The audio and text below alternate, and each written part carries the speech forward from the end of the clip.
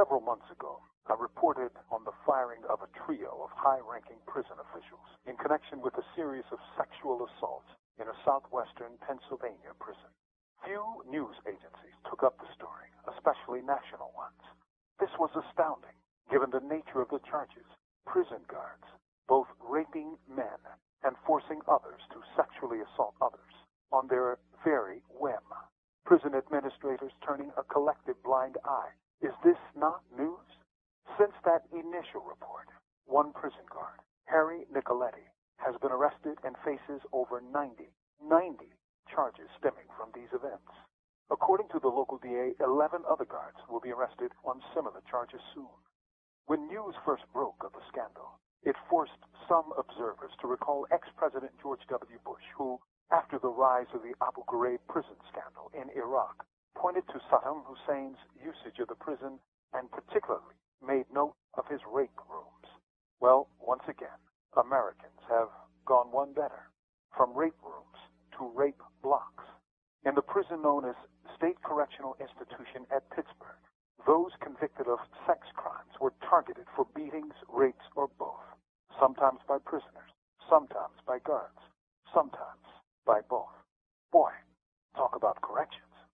Some men filed institutional grievances or prison complaints, which were invariably dismissed or simply ignored. Others tried to file actions in court, where most fell into black holes. It is worthy to note that this year marks the 40th anniversary of the notorious and vicious slaughter at Attica, a maximum security prison in upstate New York. Attica was supposed to be the bellwether of change to American corrections, but if anything, it shows the limits of liberal reforms, which can be washed away in another season. Limits were promised by liberal politicians. Years later, neoliberals would push for more repressive laws that shuttered courtrooms and made civil suits an obstacle course. They joined with conservatives to build the prison industrial complex into the monster that it is today. In many ways, they made the scandals which we see today and the rape blocks possible. From death row, this is Mumia Abu-Jamal. Context of White Supremacy. Gus T. Renegade in for another broadcast, hopefully to share constructive information on the system of white supremacy. Today's date, Thursday, December 19, 2019. So I have been told. This is our book club, Mumia Abu-Jamal, our second installment live from Death Row, which is a collection of essays. Excited to get started. The audio segment that you heard at the beginning, Mumia Abu-Jamal has done those radio installments so long, you just heard him say he's on death row. He's not on death row anymore. The installment that you heard, Rape Block, is from 2011. So he's still in greater confinement, but not on death row anymore. But he's been doing these commentaries for so long, you can go back and hear when he was doing them when he was on death row. That segment specifically important because we will be having Dr. Thomas A. Foster on the program this coming Sunday evening, 8 p.m. Eastern, 5 p.m. Pacific, to discuss his book, Rethinking Rufus, the sexual abuse of enslaved males. That'll be Sunday, normal time, 8 p.m. Eastern, 5 p.m. Pacific, but talking about sexual violation of black males, the rape block. Isn't this something that we've talked about on the cows before? Lots of different ways that this is manifest in the system of white supremacy, being able to sexually exploit black males, black females, and children. Super appreciate Mumia pointing that out, and I think he's touched on that in other ways. We'll hear some of the different ways that inmates are abused, taken advantage of once they are in greater confinement, and particularly death row in today's segment. I guess one quick thing I will get at, right-wing conservatives, heard that again, racial focal pointing, that narrowing. It's not all white people. It's not Nicole Hanrahan. She couldn't be racist. It's the conservatives. It's the right wing. Consistent. Something to watch for when we discuss what it means to be white, the system of racism. With that, we will get started. This is Live from Death Row. Mumia Abu-Jamal. Context of White Supremacy.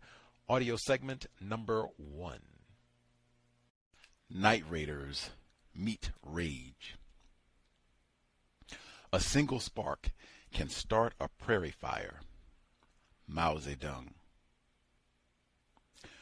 Prisons are repositories of rage, islands of socially acceptable hatreds where worlds collide like subatomic particles seeking psychic release.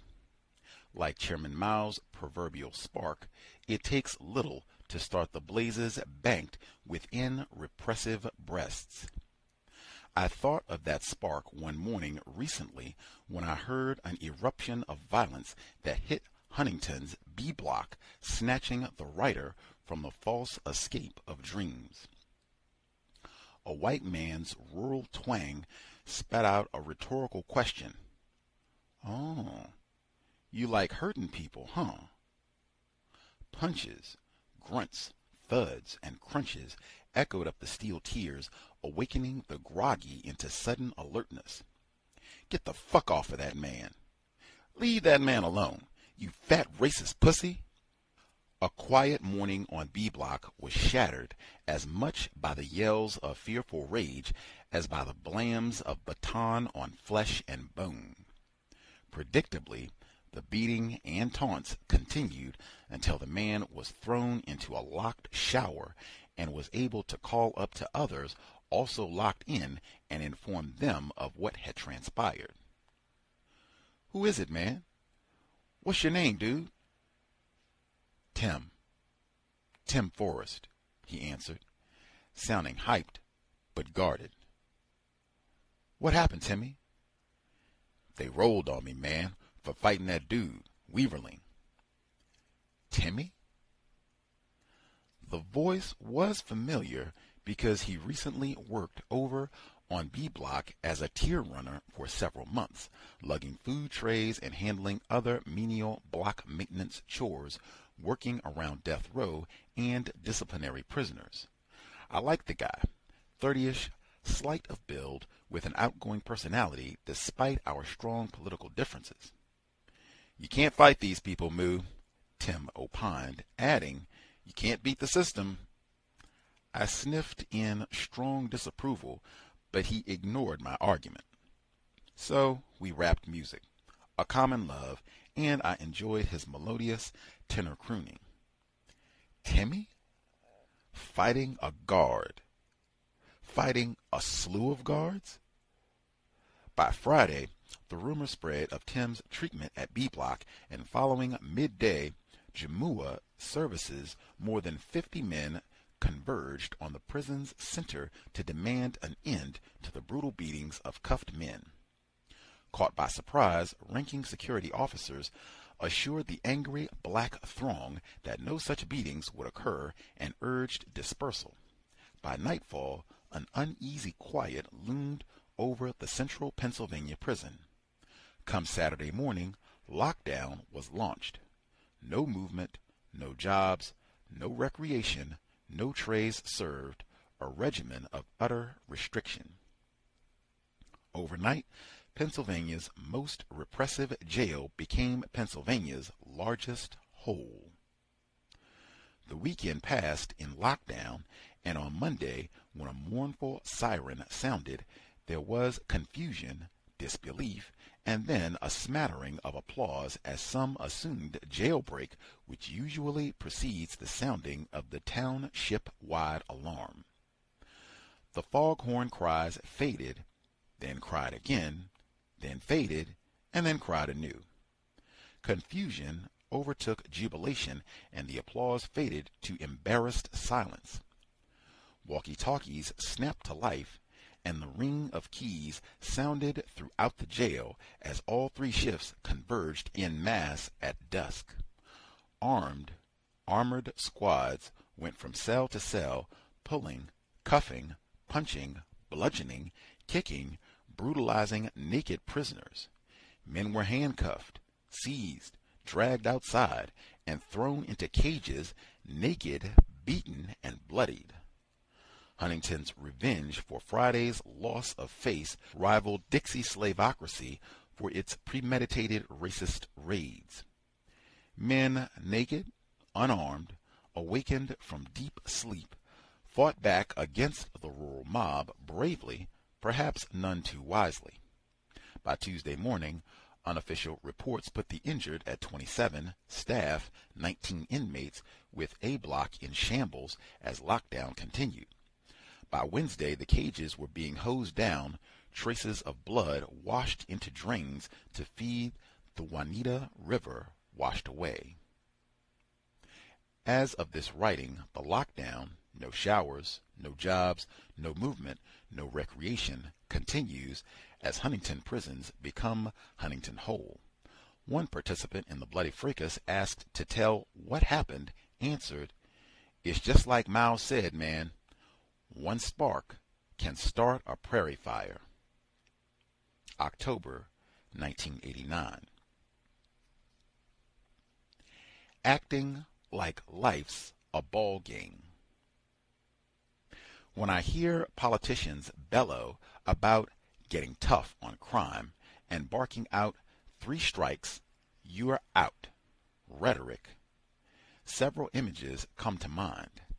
I think of how quickly the tune changes when the politician is on the receiving end of some of that so-called toughness after having fallen from grace. I am reminded of a powerful state appellate judge who, once caught in an intricate, bizarre web of criminal conduct, changed his long-standing opinion regarding the efficacy of the insanity defense, an option he once ridiculed. It revealed in a flash how illusory and transitory power and status can be, and how we are all, after all, human.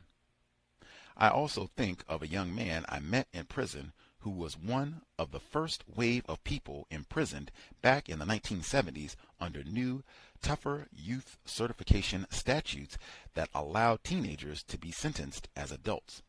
The man, whom I'll call Rabbani, was a tall, husky 15-year-old when he was arrested in southeastern Pennsylvania for armed robbery. The prosecutor moved that he be judicially certified as an adult, and the court agreed. Tried as an adult, Rabbani was convicted of all charges and sentenced to 15 to 30 years in prison for an alleged robbery with a CO.2 air pistol. His first 6 or 7 years in this man-made hell found him constantly locked in battles with guards, and he logged more years in the hole than he did in general population status.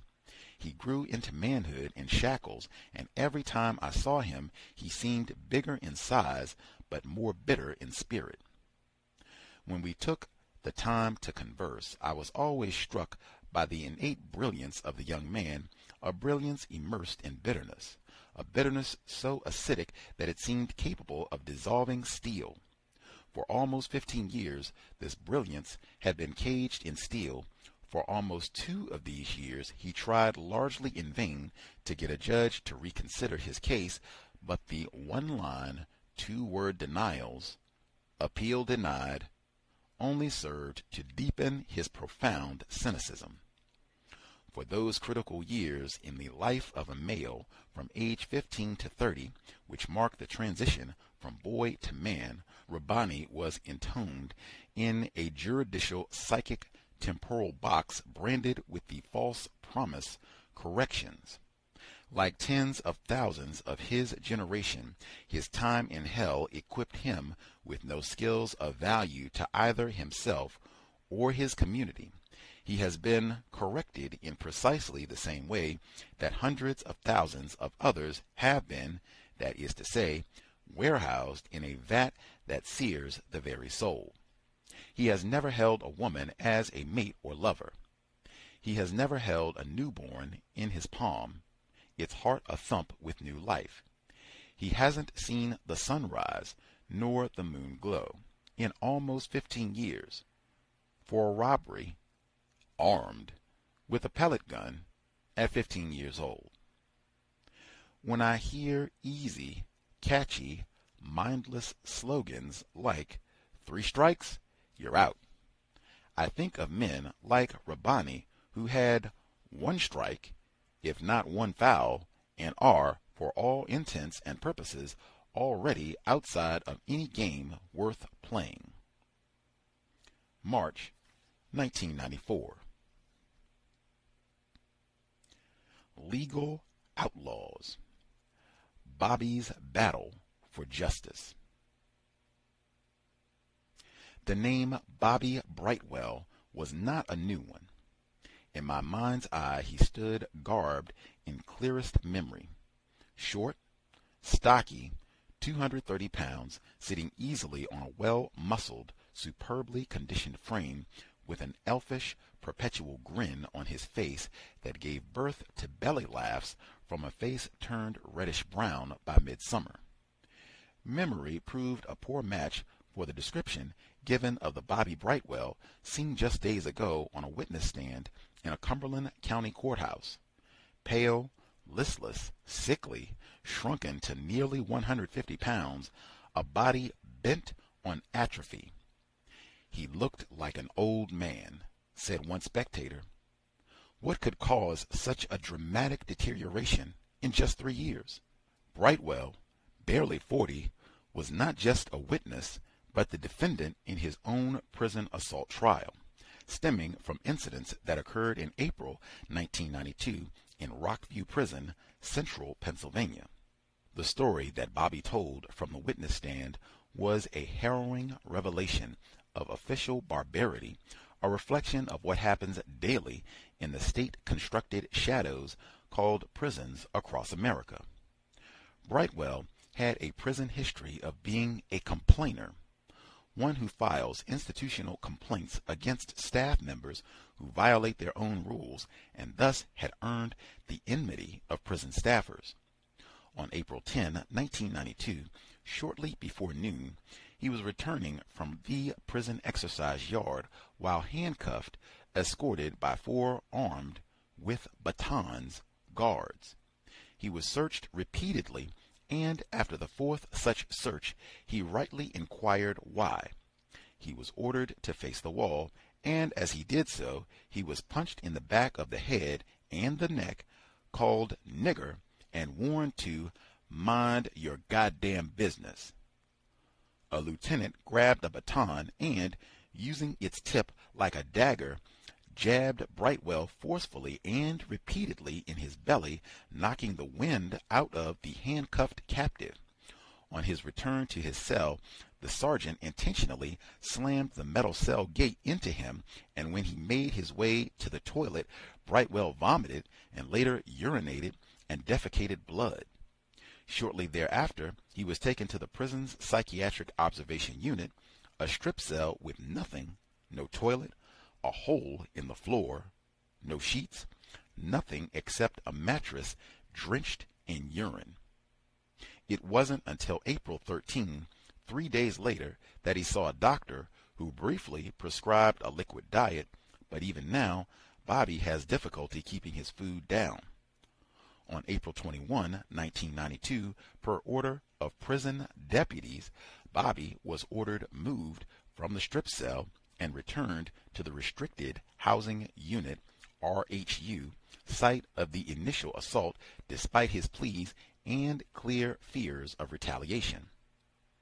Such pleas fell on deaf ears, and on his brief return, he was literally thrown into a cell with a non-functional light and beaten again by approximately 10 guards who knocked his glasses off with punches, pulled his arms, choked him, and pummeled him so that, as he told the court, I felt punches and pain everywhere.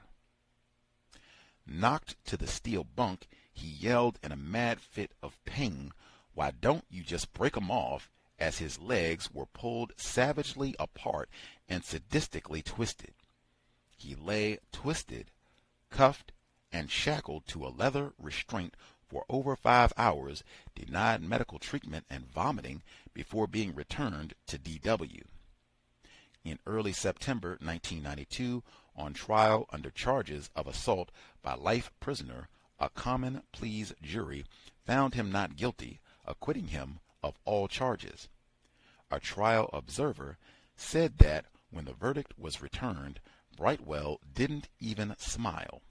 His mind probably was taken up with a picture of his tormentors, the guards, the well-paid civil servants who stole all but his very life and who have never been charged with anything.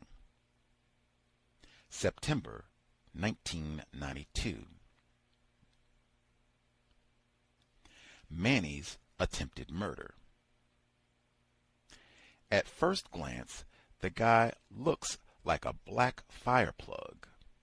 Short, coffee black, with a clean-shaven, glistening dome, Manny resembles a mini version of boxing great Jack Johnson. An ex-boxer of champion status himself, Manny moves with well-muscled agility as if always in a ring. Bigger prisoners regard him with a wary respect. Lately, though, his moves have been a little less than agile, a trifle forced. Manny's recent history seems plucked from the pages of a Robert Ludlum spy murder mystery, but it is no tale, it is chillingly, utterly true. A lifelong epileptic, Manny's life has revolved around the daily ingestion of the anticonvulsant Dilantin with the sedative phenobarbital. His last 10 years or so were virtually seizure-free until he arrived at Huntington and came under the care of its medical staff. After an apparent setup and serious altercation with a white inmate resulting in his assailant's hospitalization, Manny was sent to the D.C. Disciplinary Custody Max Unit, a walled prison within a prison. There, the mystery. There, the attempted murder. No attack on a handcuffed inmate, the joint's usual M.O. Tools change with the times, it seems. While in the Max, Manny experienced a series of seizures powerful enough to leave him locked in a deep coma. What the fuck is going on? He asked himself. He paid extra close attention to his food. He waited. He watched. He fasted. Still, the seizures came in waves of increasing frequency and mind-numbing power. Why, he wondered. Why now? He noticed new medications being administered, new colors, new quantities, and asked questions. What's this? The answers provided by the same persons who gave medication, the guards, were easy, breezy lies. Oh, nothing. A new kind of Dilantin, the nurse says. Want your medication? The more he took, the worse he got. The more powerful the seizures, the deeper the comas. He stopped. He filed complaints. He demanded and obtained outside medical care. At Altoona's hospital, Manny got his answers. In addition to his Dilantin phenobarbital regimen, someone had slipped in the drugs Loxetine, Artane, and Haldol, haloperidol. The mixture was like a chemical cannonball wreaking havoc on his vision, his balance, and most ominously, his liver. When an internist began to conduct a microbiopsy on his liver and then halted, refused to go further, and sewed him back up, Manny's instincts took over. Something was very wrong. The surgeon at Altoona told him there was a glass-like sheath over his liver, and ultrasound showed that it was swollen and distended. The Haldol, according to the authoritative physician's desk reference, was contraindicted to use with anticonvulsants such as Dilantin because it lowers the convulsive threshold. In a nutshell, it causes seizure. In dizzying internal pain, Manny continues his battles against the prison medical bureaucracy that brought him from championship form to the brink of death. That he lives is itself a miracle.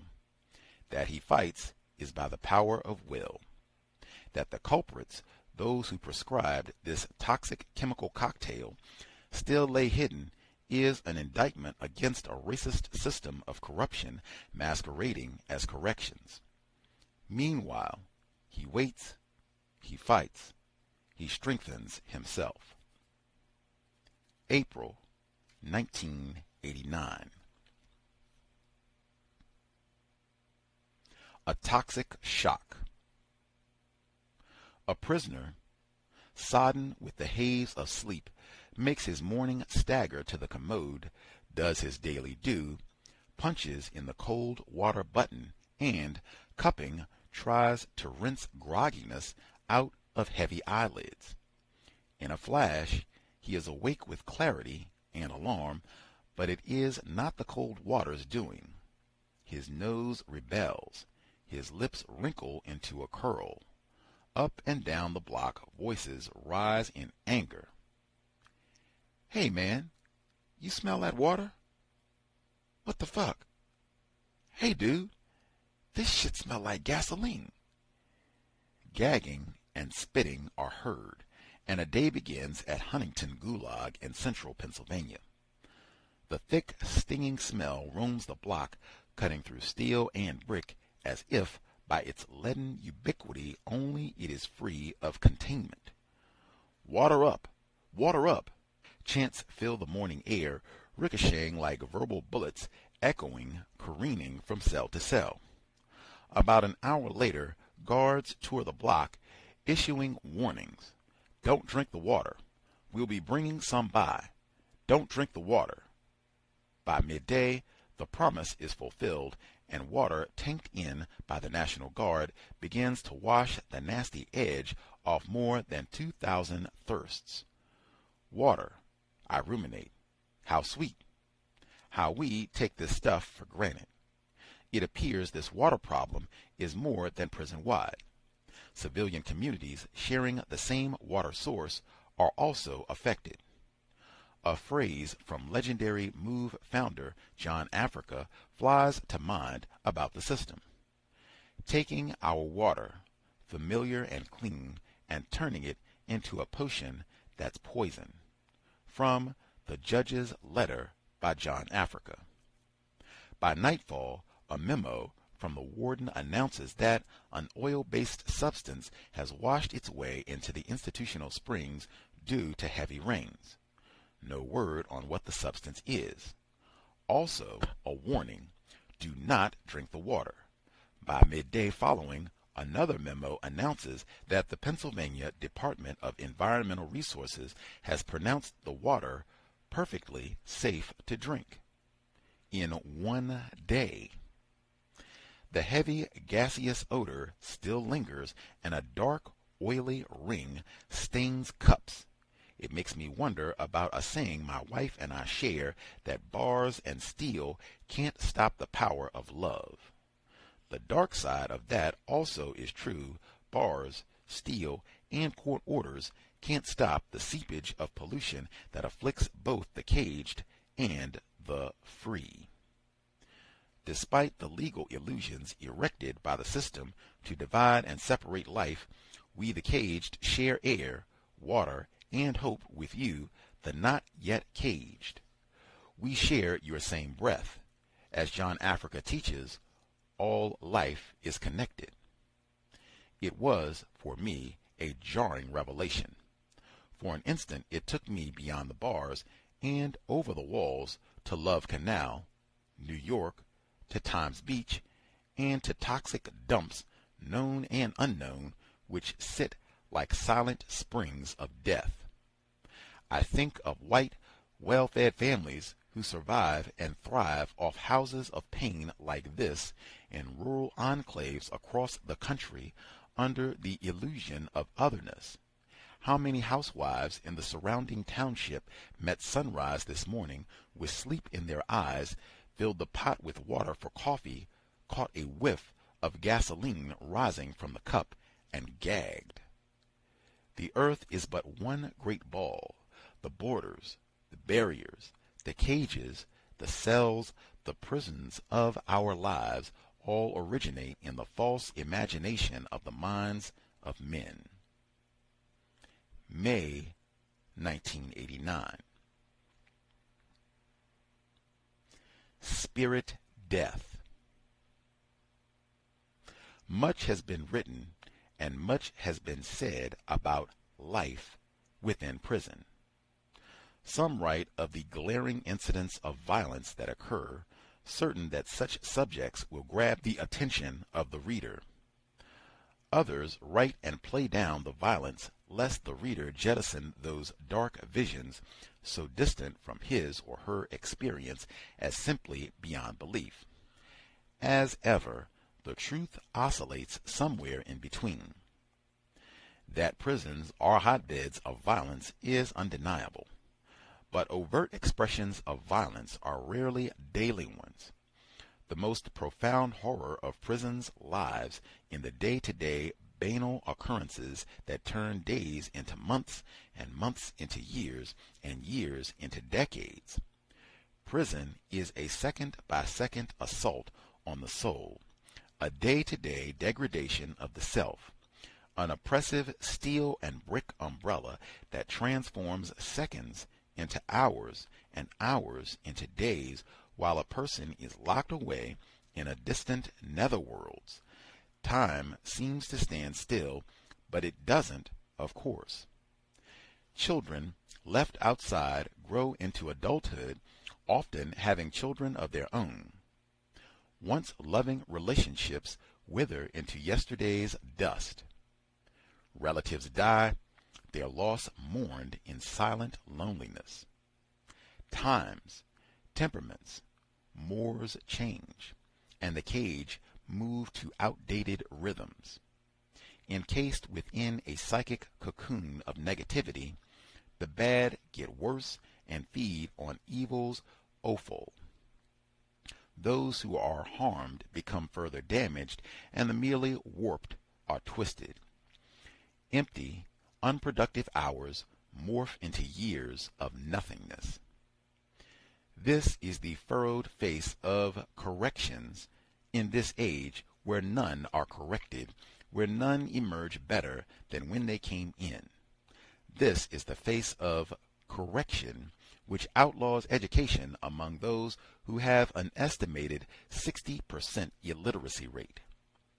The mind-numbing, soul-killing, savage sameness that makes each day an echo of the day before, with neither thought nor hope of growth, makes prison the abode of spirit death that it is for over 1 million men and women now held in U.S. hellholes.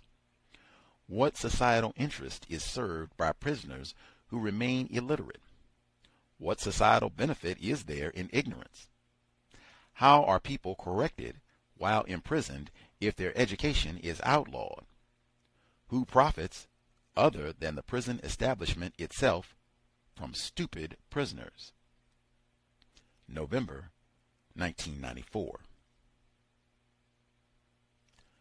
A return to death. One would think a person on death row would be used to bad news. Not so. No one gets used to it.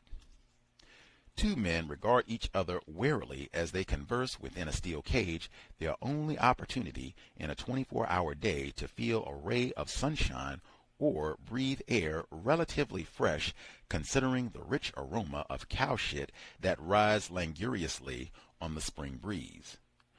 Both men have recently been denied relief by the state's highest court in their continuing quest for escape from death and freedom.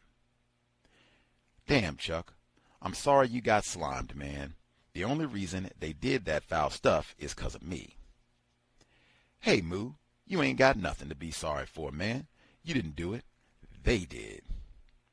Yeah, man, but when I read the opinion, all it said was my case. I had to keep looking at the caption to be sure it wasn't Commonwealth v. Abu-Jamal, instead of Commonwealth v. Beasley. Didn't you think so, man, when you read that damn opinion? What damn opinion? What you mean, Chuck? I mean, I ain't read no opinion. So how'd you find out you got shot down? Same way I thought you found out. I read it in a newspaper. Yo, Chuck, you saying you ain't heard from your lawyer? Shit, Moo. I ain't heard from my lawyer since February 1988 when I first got a death sentence flipped. Get the hell out of here. Man, don't you think I would if I could? The men laugh at the witty line, but it is not a belly laugh. Beasley's mouth is in a wide smile, but his eyes do not laugh, for there is little reason for joy. And if eyes are indeed mirrors of the soul, then they reflect an infinite sadness. I look away, afraid of what mine might reflect. Both Beasley and I have shared enough for one lifetime. The same judge, the same prosecutor, the same entreaty to the jury that they are not being asked to kill anybody, for the defendant has appeals after appeals after appeals, and there might be a reversal or whatever. In February 1988, Pennsylvania's Intermediate Appeals Court, the state superior court, reviewed that argument to the jury in Beasley and pronounced it improper and misleading, holding that the death penalty could not stand. 2 years later, in late January, the Pennsylvania Supreme Court reversed the Superior Court order, thus reinstating the death sentence. The same day, my petition for re-argument was denied. What a fact to discover from a week-old newspaper. To do so, the state's highest court, in an exercise of legal legerdemain, mistakenly cited sections of the argument made to my jury in the guilt-innocence phase to justify arguments made in the sentencing phase of Beasley, in violation of its own prior precedent in Commonwealth v. Baker and rulings of the U.S. Supreme Court in Caldwell v. Mississippi, 1985.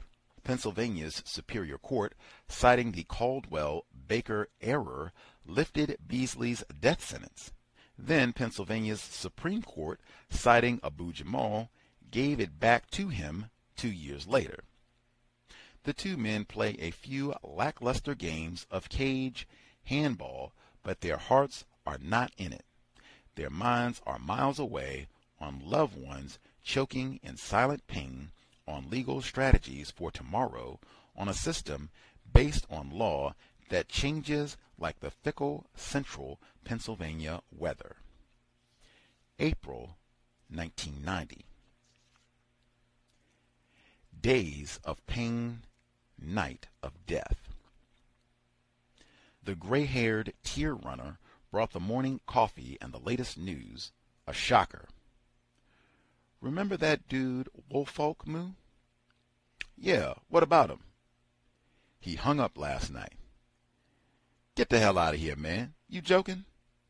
No joke, man. He's dead. They carried him out last night.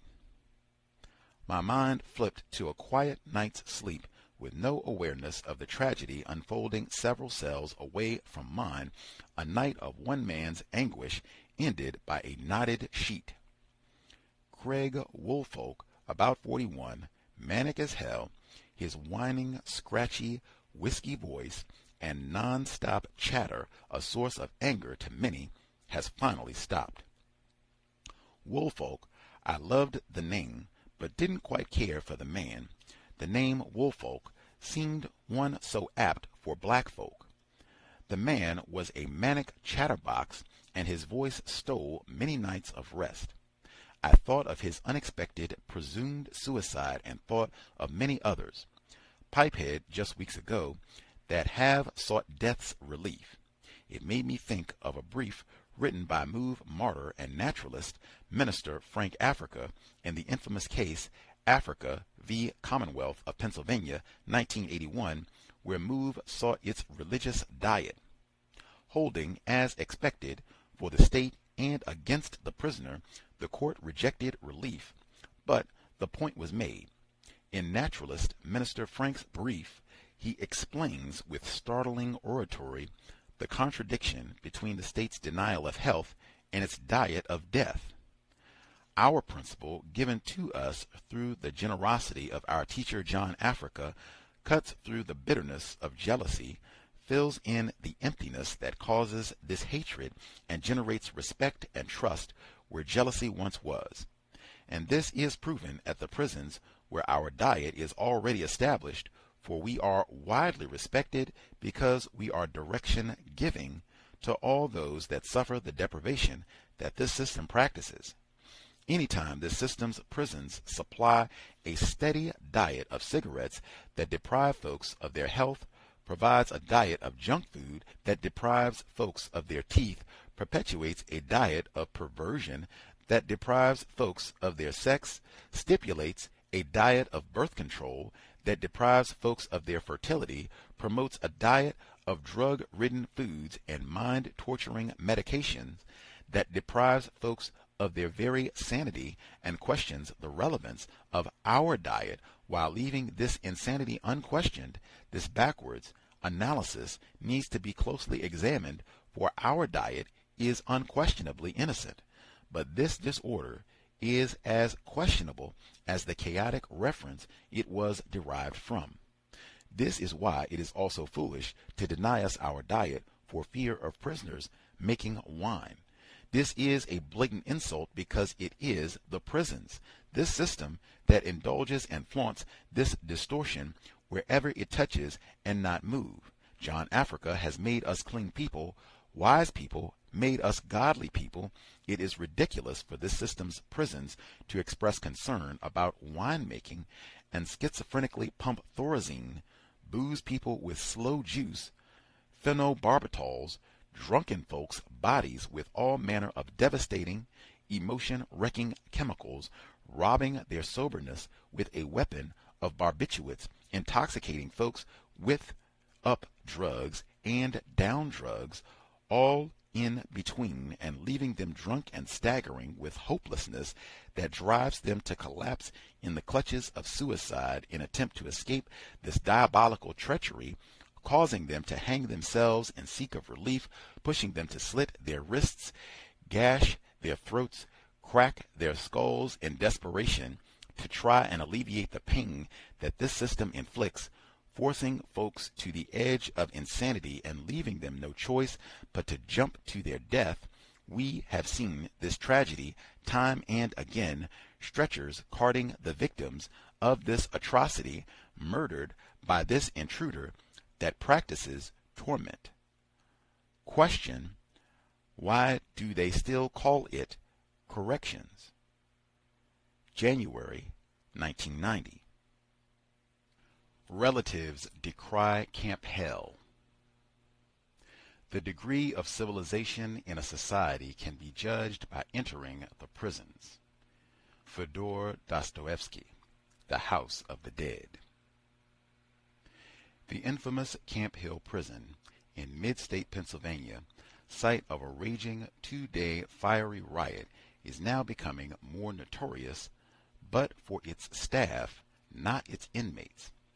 As after the dreaded Attica rebellion, prisoners faced a post-riot round of repression that bordered on the barbaric. The Harrisburg Sunday Patriot News reports that a campaign of torture, theft, terror, and degradation greeted prisoners in the aftermath of riotous rage. Initially, inmates were handcuffed and shackled to other inmates and held for 3 days this way outside in the prison yard. This came to an end only after the Pennsylvania chapter of the American Civil Liberties Union stepped in and, petitioning before a U.S. district judge, was granted a temporary restraining order barring a medieval practice, but not before correctional officials took advantage of the practice to further humiliate prisoners at the medium security facility. As one inmate wrote, "When you want to go to the toilet, they wanted the person standing to wipe the other inmate since he couldn't do it himself because we were all handcuffed. When the inmate wouldn't do it, he got hit with clubs and both of them had to lie down in the middle of the basketball court face down. Harrisburg Sunday Patriot News, November 26, 1989. The Central Pennsylvania paper reported that more than a dozen letters were received from prisoners, all of whom sought anonymity for fear of reprisal. Personal inmate property was destroyed willy-nilly except for jewelry, which was simply stolen by staffers. As one prisoner noted, I saw a guard with my wedding band on his pinky. Needless to say, the state prison spokesman simply claimed to be investigating the charges, one being that a guard stuck a lit cigarette into a man's ear for fun.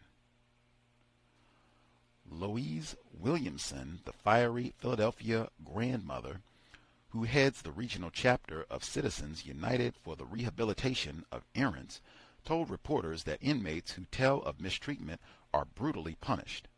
A letter home, which results in a relative calling up the prison, has brought beatings to several prisoners, the prison reformer related.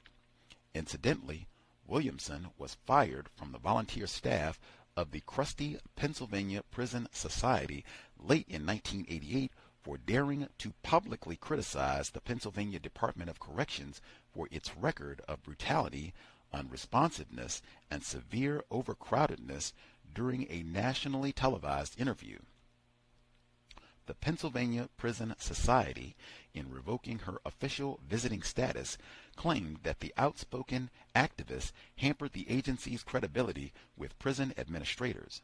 Now, with news reports circulating worldwide about Camp Hell, it is Mrs. Williamson's criticisms that seem quite credible, and inmates and relatives see the society as unresponsive and incestuously close to an agency of government that has neither the will nor the wherewithal to detain people without making them irrevocably worse. Guards who steal, who brutalize, who intentionally humiliate people in the name of the people are a mockery of the term correctional officer. A department of government that tolerates, ignores, conveniently overlooks such acts of state criminality while sanctioning prisoners for the most trivial of alleged transgressions is not worthy of the name corrections.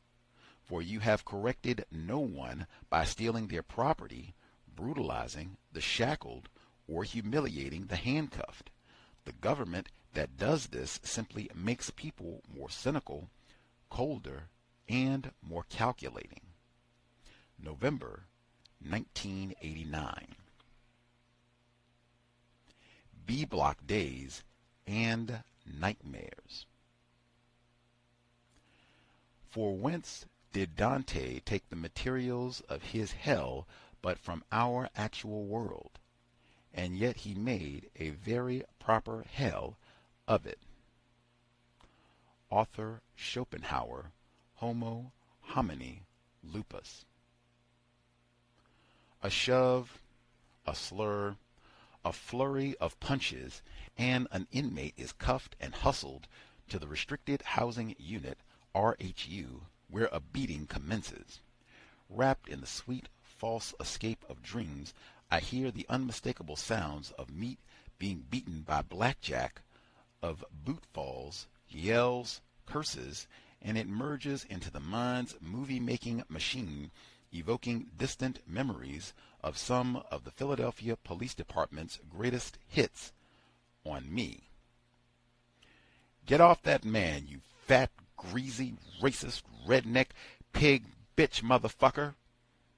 My tired eyes snap open. The cracks, thuds, oofs come in all too clear. Damn, no dream. Anger simmers at this abrupt intrusion into one of life's last pleasures on B Block, home, of the state's largest death row, the all too brief respite of dreams. Another dawn, another beating, another shackled inmate pummeled into the concrete by a squadron of guards.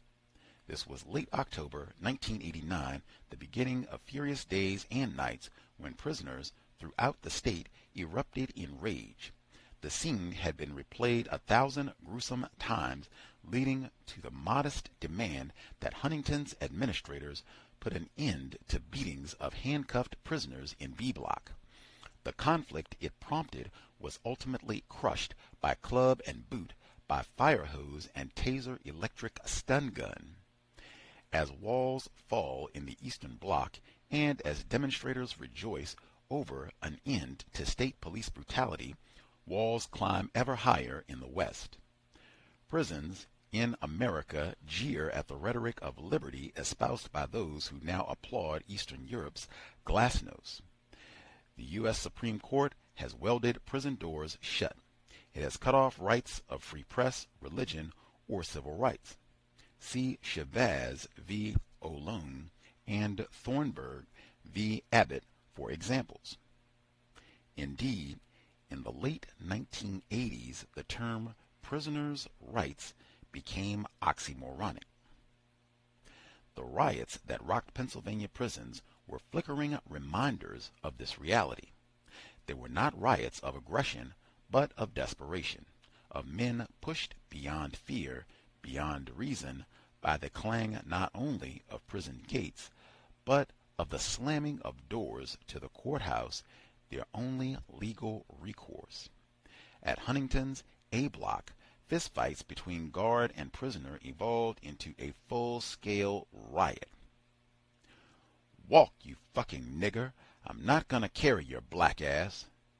You black nigger motherfucker." Grunts, thuds, groans, and curses assailed the ear as a bloody promenade of cuffed prisoners, many of them A-Block rebels, were dragged, flogged, and flayed down the dirty gray corridors of B-Block's death row en route to outdoor cages, man-sized dog pens of chain-link fence.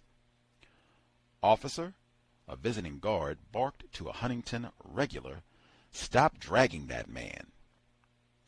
"Captain," the local guard answered, her voice pitched higher by rage, "this fucking nigger didn't want to walk." The prisoners were herded into cages, most bloody, some in underwear, all wet, all exposed to the night air for hours. Days later, Camp Hill in central Pennsylvania erupted with prisoners taking hostages, assaulting some, and putting much of the 48-year-old facility to the torch. For 2 nights, the state's most overcrowded prison stole the public's attention. It took a battery of guards and state troopers to wrest back some semblance of control. "Say I'm a nigger. Say it." The baton wielders taunted black prisoners, beating those who refused, according to MOVE political prisoner and eyewitness Chuck Africa, who, although not a participant in the rebellion, was nonetheless beaten by guards. Days after the fires of Camp Hill cooled, while convicts stood shackled together in the soot-covered yard, Philadelphia's Holmberg burst into its worst riot in almost 20 years. At its peak, prisoners yelled, "Camp Hill, Camp Hill."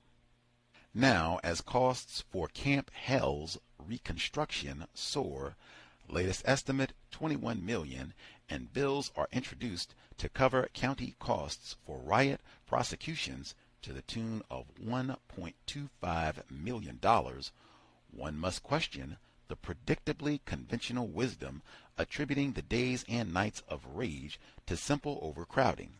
To be sure, the system's jam and cram policy was a factor, but only one among many.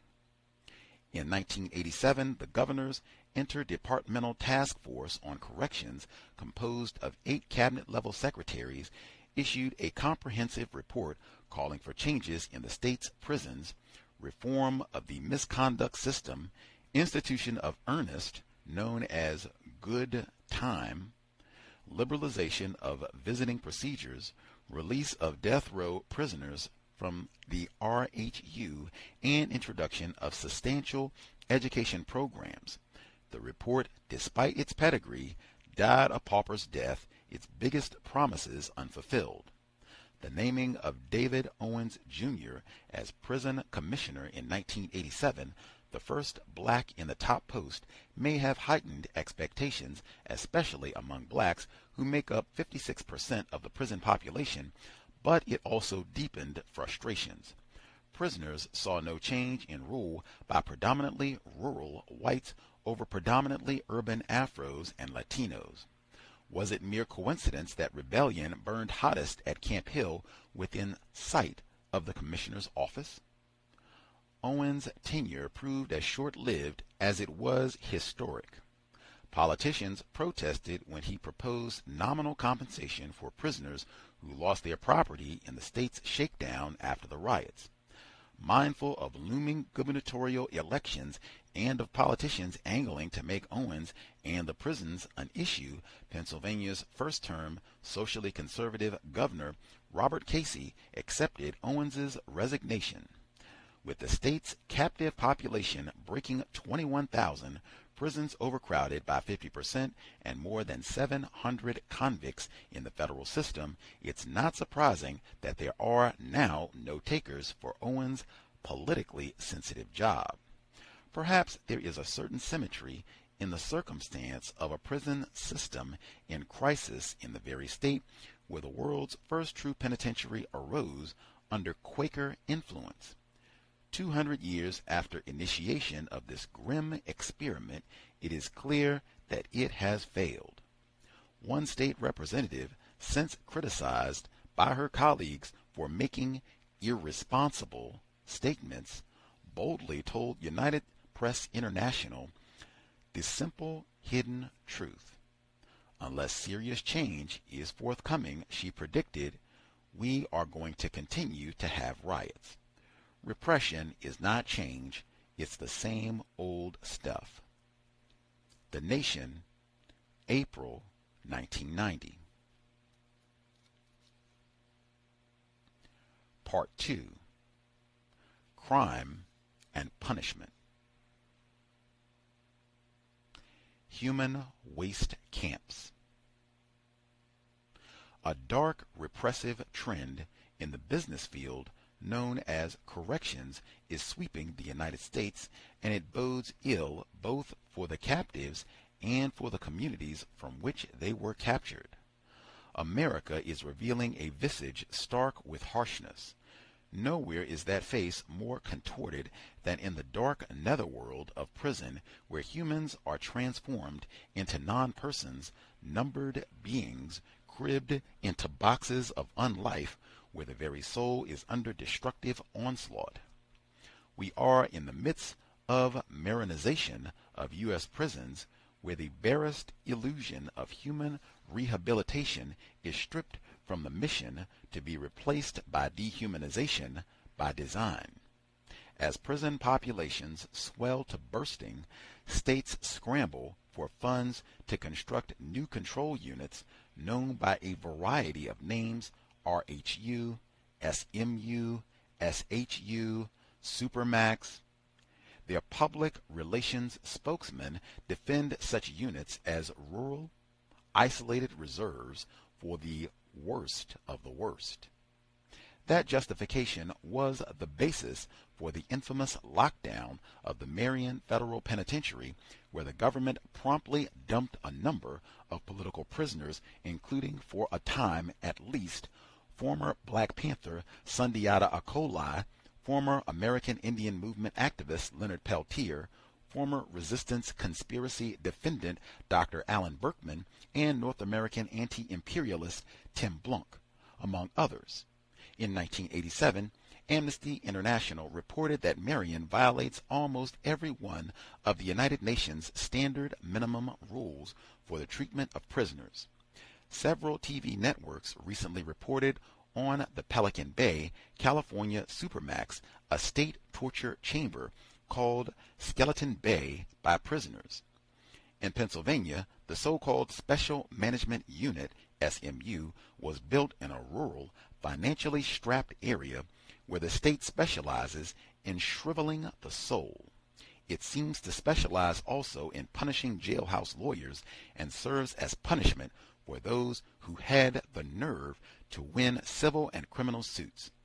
Consider one case: Dennis Solo McKeithen explains his history before being sent to SMU.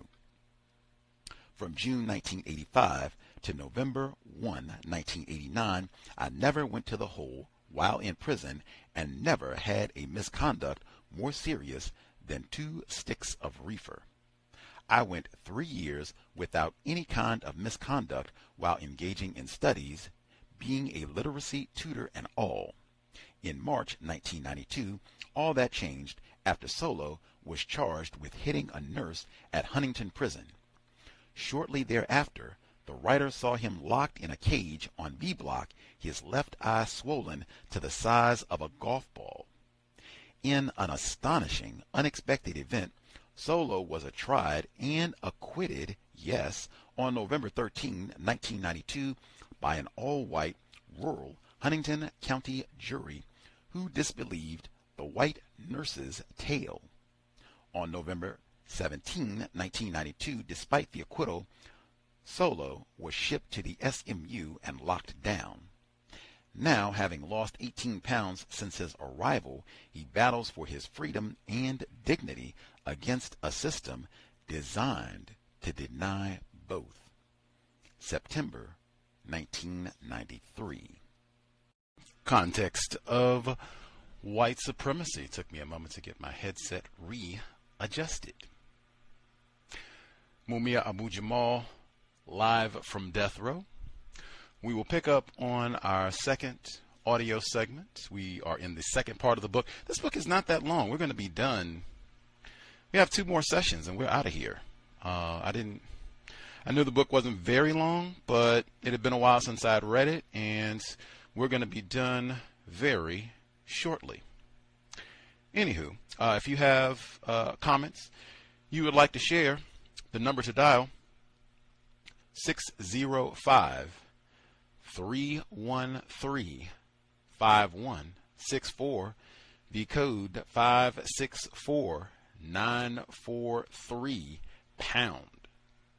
Press star 61 if you would like to participate.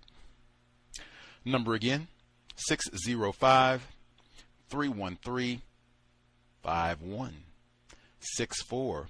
The code 564943 pound. Press star 61 if you would like to participate.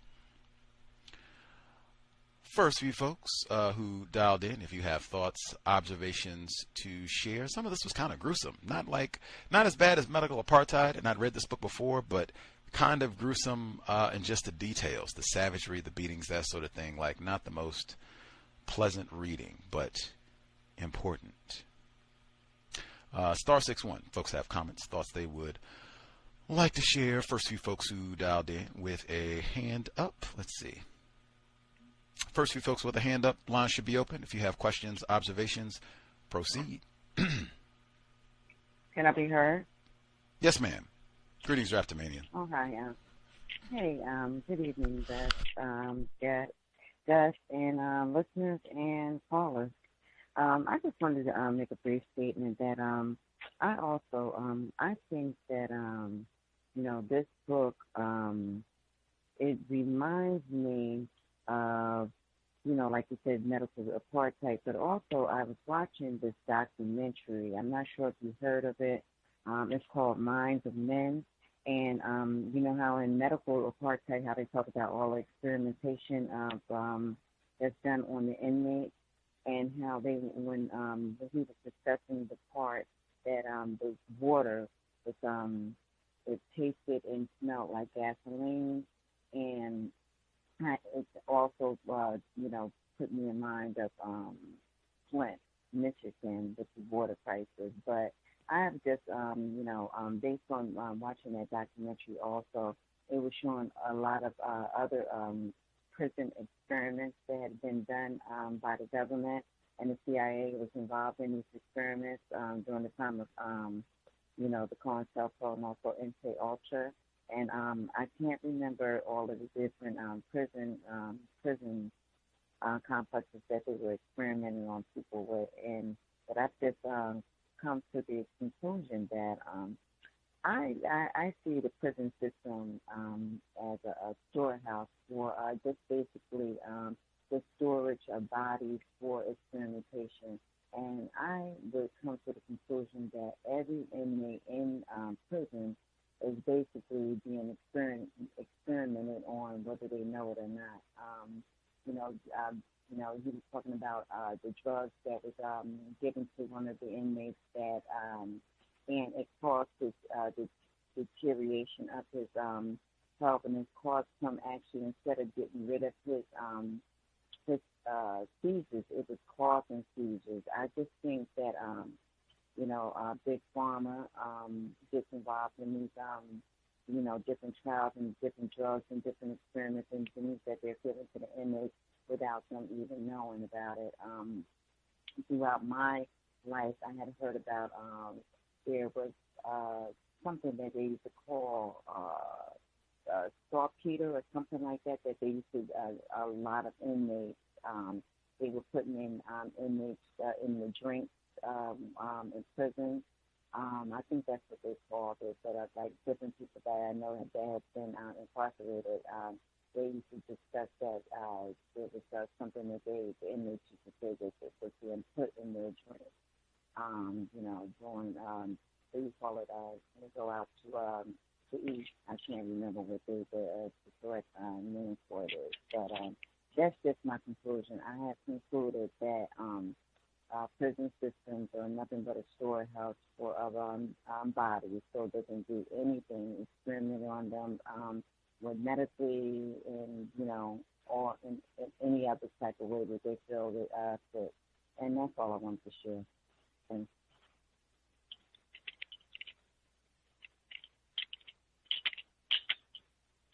Much obliged, Draftomania. Other folks who dialed in, if you have comments to share, proceed.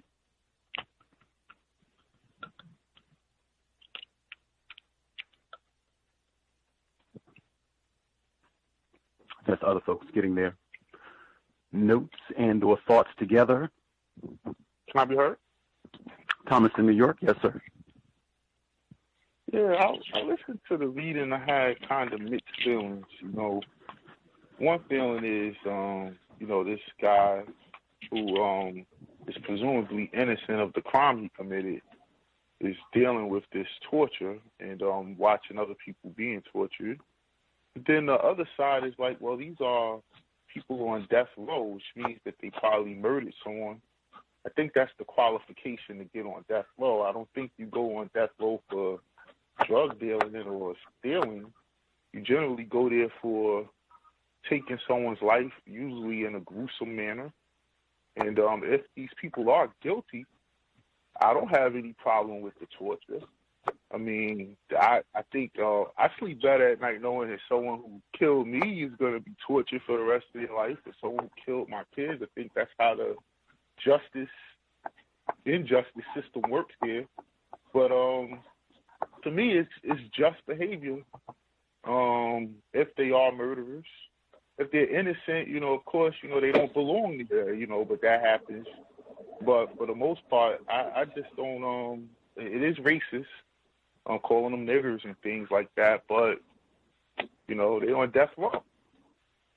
I know that's all I got to say, guys. Thank you. Much obliged, Thomas in New York. You weren't persuaded. He spent, I think especially last week, the McCleskey Supreme Court case where he spent a lot of time talking about the obvious white supremacy racism and how the people that end up on death row, as you rightly pointed out, are 4.3 times more likely to be there if you have committed a crime against a white person as opposed to a black person. If the victim is black, you're not going to end up there, having shoddy attorneys, that sort of thing. That doesn't factor in. He said it's black row. It's just mostly black people there anyway. Like, that doesn't factor in to your feelings? It does. And unfortunately, most of the crimes that get committed against black people happen from other black people. And I understand that they're not being punished for committing a crime against black people in most instances. If it was up to me, you kill a white person, you wouldn't go to jail. But I have a different, I'm just talking about just the simple fact of, these aren't supposedly Boy Scouts. These are murderers. What type of sympathy does he want the readers to have for people who took someone's mother away from them, or their father, or kid away from them? I'm sure that they're very happy with the condition the people are in, knowing that, but I do understand the racism in that, and that's why I said I'm kind of mixed, because deep down in my heart, in a justice system, I guess if you murder someone, you end up on death row. If we talk equal justice, it doesn't matter the race, that's where you go. And then people would say, oh, they're against capital punishment. So it's one of those things, but I don't really empathize with the people on death row. I just don't.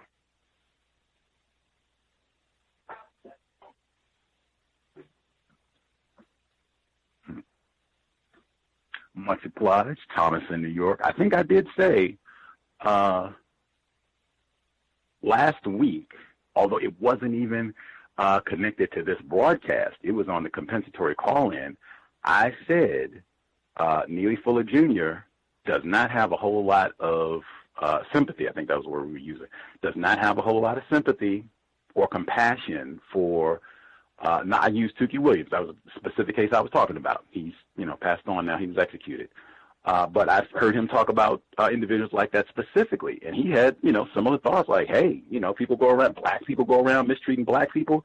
You're supposed to be in greater confinement. You're not supposed to be on the planet for mistreating other black people. He also had in fact, I'm just going to say very little. He had zero sympathy for folks like Tukey Williams, death row, ended up there if they had been mistreating other black people unjustly. He also kind of felt, similarly, I'll say. Star 61. Other folks, if you have comments, thoughts on the first portion of the reading.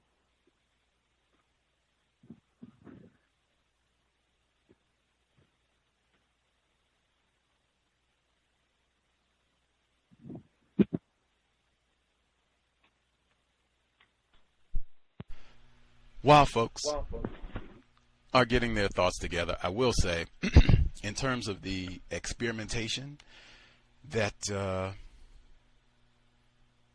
Drapetomania touched on, Holmberg Prison is in Pennsylvania. The book Acres of Skin is phenomenal.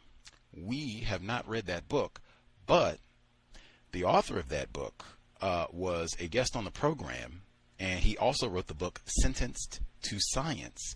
He was a guest on the program in 2014, and he talked about some of these same things. And in fact, that whole book, were those two books together, Acres of Skin, Sentenced to Science. I think it's Alan Hornblum, if my memory isn't deteriorated. But they're both about just, hey, we look forward to experimenting on you once you are in greater confinement. In fact, we bring in all kinds of white people in their white lab coats to do all kinds of experiments. LSD, drugs, see what happened to you. We got new medications. We got new deodorants. That's what both of those books are all about. In fact, he detailed a whole lot of what you heard right here, just going to what she touched on Drapetomania and some of what Mumia talked about in this section of the text. Let's see, retired firefighter with us as well. Do you have commentary on the first section, sir?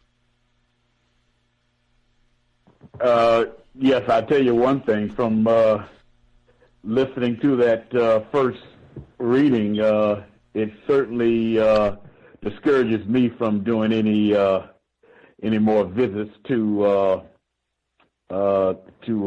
prisons and jails as far as scared straight, quote unquote, programs. It's nothing. It's nothing that I heard that's new. I'm quite aware of the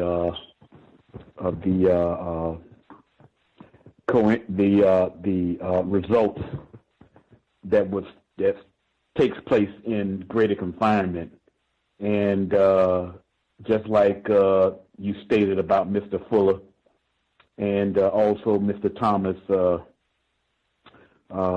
report, is that it's not a whole lot of people, white and non-white, who feel sorry for a lot of the people who are in that predicament, at all. But I would say, though, that under the global system of racist white supremacy, just like any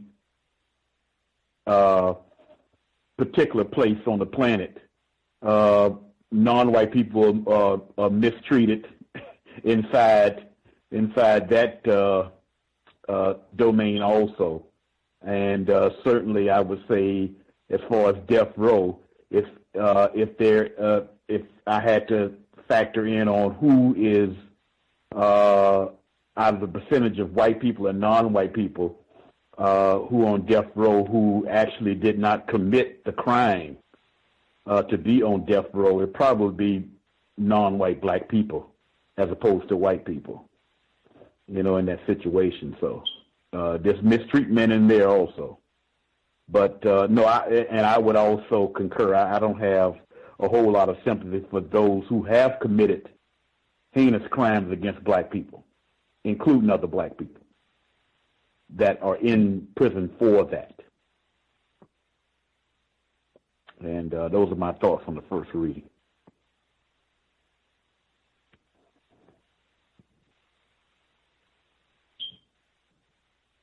Hey, Gus, I want to add that I am against them using the prisoners on death row for science experiments. So I'm against that. Acres of Skin, that was a terrible, experience for that man. Much obliged. Well, Acres of Skin, that was the whole prison. Sentence to Science, we had one of the black male prisoners. He was a guest with Mr. Hornbloom in 2014 and talked about some of the hideous things that he observed. He was not on death row, and I believe the institution where he was, Hornburg, I think that's what it is. That prison is not a death row facility in Pennsylvania, where all of these experiments and abuse was going on, raping of prisoners, lots of the same thing. I mean, same area, Hornburg Prison. Let's see. Before I get to my notes, I guess one quick thing I'll say about the sympathy, *61 for other folks if they have thoughts or comments. The system of white supremacy, I'll back up. Greater confinement or no, system of white supremacy, generally there is no sympathy for black people. Doesn't matter. President Obama, and you can go all the way down from there. Generally, it does not encourage sympathy. Blacks finding some kind of way, they deserved it, they did something, they cooned or sold out or whatever. Death row, like, oh man, prison work. You don't even have to get to death row. Prisoners in general, we generally, do not care, regardless of what the crime is. Once you end up there, Khalif Browder, anybody who stole a backpack, you raped a white woman, thought about raping a white woman, any of the above, generally we do not care about prisoners. Generally speaking, everybody. It's generally assumed if you're there, you did it, and everybody says that they're innocent. Now, at least in my view, when you start looking at some of the statistics where they say, wow, a whole lot of these wrongful convictions is niggers, where somebody lied or made up something. Generally, I take the opinion if you're going to have that much error and imprecision and out-and-out white supremacy racism where people are lying and making up false accusations, and then not to mention you're going to cause this person will get the death penalty, then you come back for this person and say it's affluenza. If we're going to have all that, well then no, I'm not signing off on any of that. Doesn't matter, because if we're not going to punish everybody correctly for what they do, well then no. If you're just going to pile up a disproportionate amount of black people and then say, well yeah, they did, whatever they did, they killed this person, or maybe they killed a black person. How about that? Killed some black people. So, Tukey Williams killed a black person or killed a non-white person. You should be out of here. If they were going to do that uniformly across the board, fine, no problem. That's not what we had. And then, too, how the people, that's another subject. I was going to say how people end up committing those crimes. That's a whole nother topic as well under the system. But anywho, back to the section of the reading from this week. This is a collection of essays which I had kind of forgotten. That makes it a different read because he revisits some topics. I'm reading, the dates. Some of these were published in 1989. Some of them were published in 1994. It's kind of hopping around. It's a different read than something uniformly put together. I feel myself, I read this book the first time years ago. This was published in 1995, so almost been 25 years. You believe it? It's been a quarter century. My goodness. Since this book was published. I read this book before the cows existed. Reading it again now, it is not as enjoyable this time around. Still, constructive information, but not as enjoyable. I'll take a report like Toxic Shock. He's talking about the water. They wake up and they can smell that the water is bad. Flint, Michigan, Newark, New Jersey. Pick your location, basically. It's a problem having quality water for black people, especially in so many different areas. But the part when he gets to, I'm on 51 or I guess 51, depending on which version of the book you have. Despite the legal illusions erected by the system to divide and separate life, we the caged share air, water, and hope with you, the not yet caged. That's how he wrote it. And he said, I think of white, well-fed families who survive and thrive off houses of pain like this in rural enclaves across the country under the illusion of otherness.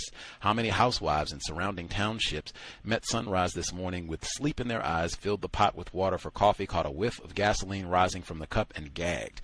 Now that portion right there, we're all connected, all same planet, all drink the same water. The problem that I have with that sort of thinking, and I hear that sort of rhetoric a lot from victims of racism, that we're all connected and you think that this just affects you and white people are victims, is that white woman or white man who gets up and goes to make the coffee and, oh my God, what's in that water? They, unlike Mumia Abu-Jamal and many other black people in Flint, Newark, insert location, can just say, oh man, call up the folks and have them deliver 25 gallons of water. We'll make a run to Costco. We'll go get, 6 mega industrial efficiency size bottles of water. It'll be, 50 bottles in each case. We'll get 6 of those. We'll make it through. White people have resources to deal with this sort of thing, to get the elaborate $5,000 home water filtration system, can filter out crude oil and anything else from their water. You don't have that in death row. It's not the same. Yeah, we are all on the same planet and all of that, but in a system of white supremacy, I have substantially more resources than you do to remedy whatever problems might come up for me and to make extraordinary problems for you. They can make that announcement. Oh yeah, one day later, the water's clear. Have fun. Go ahead and drink the tap water. We got the EPA folks. They came in and said everything is all good. 2 thumbs up. Same thing they did in Flint, right? President Obama went in and drunk a cup of water. They can do that. The white woman with the coffee pot can hear that same announcement. The water is good. I'm going to keep using my filter. I think we're going to get another 25 gallons of water delivered. We'll wait them out. Give them another 2 months and we'll try it again. That is the system of white supremacy. And even though every single white person doesn't have that option, way more white people have that option than non-white people. And there's no contest if we start talking the white people in general population in comparison to greater confinement. Next.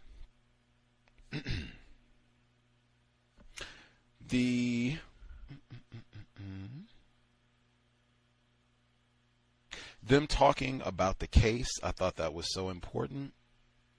Mumia, I guess another victim of racism, Chuck, both of them got their appeals denied.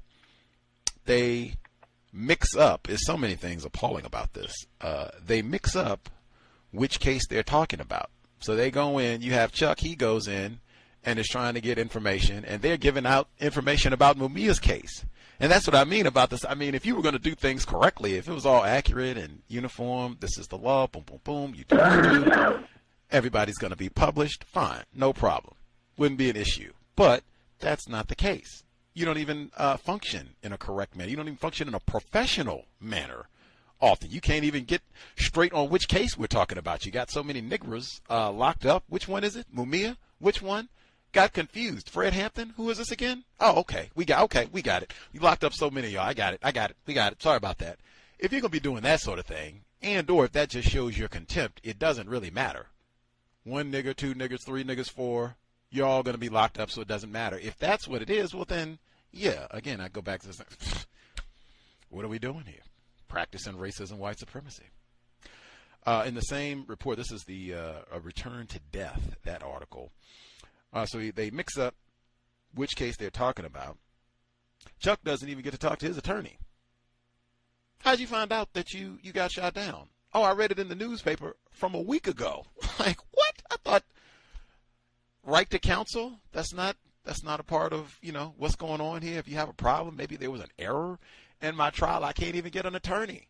My attorney, he can't even drop me a message. This is not like we're talking ancient history. This book wasn't written in the 30s, in the 20s. I can't get an email. They had email in 95. I can't get an email. I can't get a message. You got denied, Negro. Try next time.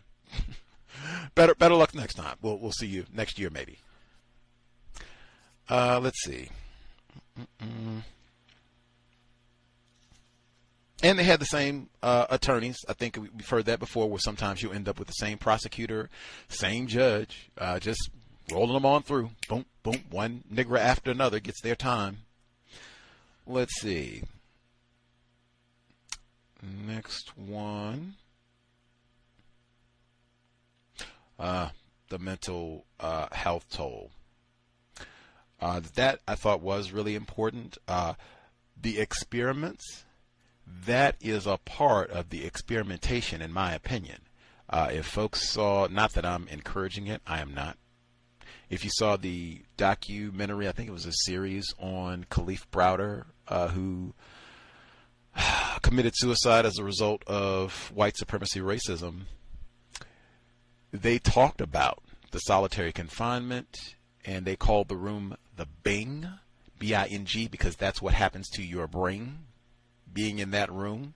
They already know. We've already done the test, the observations. We got the data. That's what's going to happen. Your mind begins to make the sound that goes bing. That was the sound effect that they added for why they call the room that.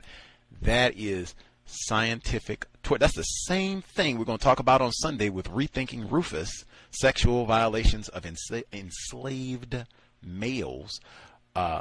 Scientific methods of torture. You devise little torture chambers, and then you go and share those techniques. This is what we do to control our niggers. Oh, really? This is what we do to control our niggers. We put them in solitary confinement. Maybe we mix up their medication, have them in seizures. Maybe we take the food away. Maybe they slip something into the water. You don't even know. I can go back and rewind on that. You don't even know. He just said he found out, Chuck said he found out that his appeal got denied from getting a newspaper from a week later. It's not like they allow you a subscription to the Philadelphia Tribune. If you're on death row, it's not like you got a subscription to New York Times. Maybe you get the newspaper. Maybe you don't. Maybe we allow you to have the sports section. You can see what the Eagles did. Maybe we don't. You don't even know if the water, whatever was in it, oil, gas, barbiturates, who knows? You don't know if that went out to everybody in the town. That's just what they told you. Maybe that's what happened. Maybe it's not. Maybe that's part of the experimentation. Maybe they put some chemicals in the water. See how you all would respond to that. That's what I mean. We're not even. That's another one I would say. Think about when people start talking that nonsense. When I say, well, who's more informed about racism, white supremacy, white people or non-white people? And sometimes they'll use the metaphor of a prison and say, oh, Mumia is an expert on racism, white supremacy. He doesn't even know when his appeal got denied. I don't even know what happened with the water. I know what they tell me. I know what they allow me to know. I don't even know what medication they're giving me to put in my mouth. I just do what I'm told. 22 hours a day I'm locked in anyway. I don't know what's happening 5 feet outside the cell a lot of times. Next. Not even being able to eat. I thought that was important. Frank Africa talking about just efforts to get quality food. Trying to stick to, as I understand it, many of the MOVE folks, if they were not vegan, it was closer to being more mindful, certainly not about eating Cheetos and ham sandwiches and that sort of nonsense, unless I have been misinformed.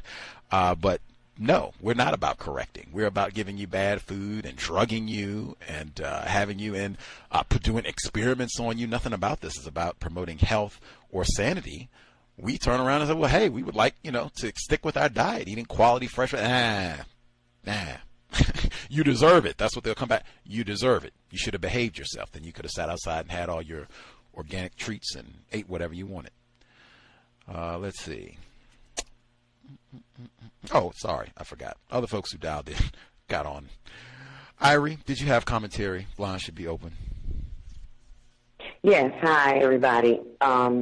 I agree with what you were saying about the purposeful poisoning or tainting of water because, just thinking about people out in, North Carolina and stuff where the industrial waste goes to black areas, they do it on purpose. So white people don't really care about if the water is, you know, pristine or clean or not, if it's going toward a prison. If anything, they probably enjoy the fact that it isn't, you know, sanitary or clean.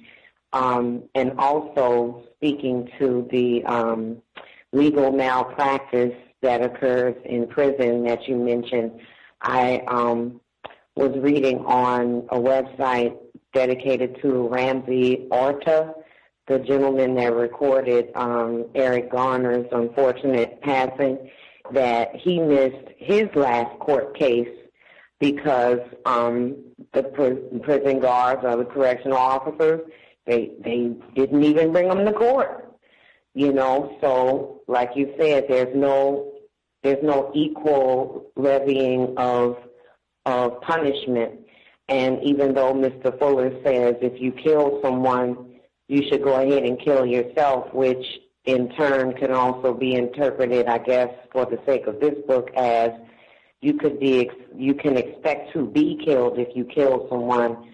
I also concur that if everyone that is convicted rightfully of murder does not have the death penalty like non-white people, then you're correct. No one should die then. And I'll end my turn for now. Thank you. Much obliged, Irie. Curtis Flowers, I think right this week, Curtis Flowers, they tried him 6 times for the death penalty down in Mississippi. I think he got bail this week, and that was enough. And you're keeping people off the death. That's why I say there's so many things. There's so many things incorrect. Like, if they were doing things in a correct manner, that would be one thing. But even if it was maybe one error, if you generally on the up and up, you know, everybody has a rough day, you mess this up, okay. But all the time you are doing incorrect things, deliberately so, it seems, and frequently practicing white supremacy racism. That's why, even if O.J. Simpson did do it, Mark Furman, let's other folks. Anybody else have comments, questions, thoughts popped up from first reading?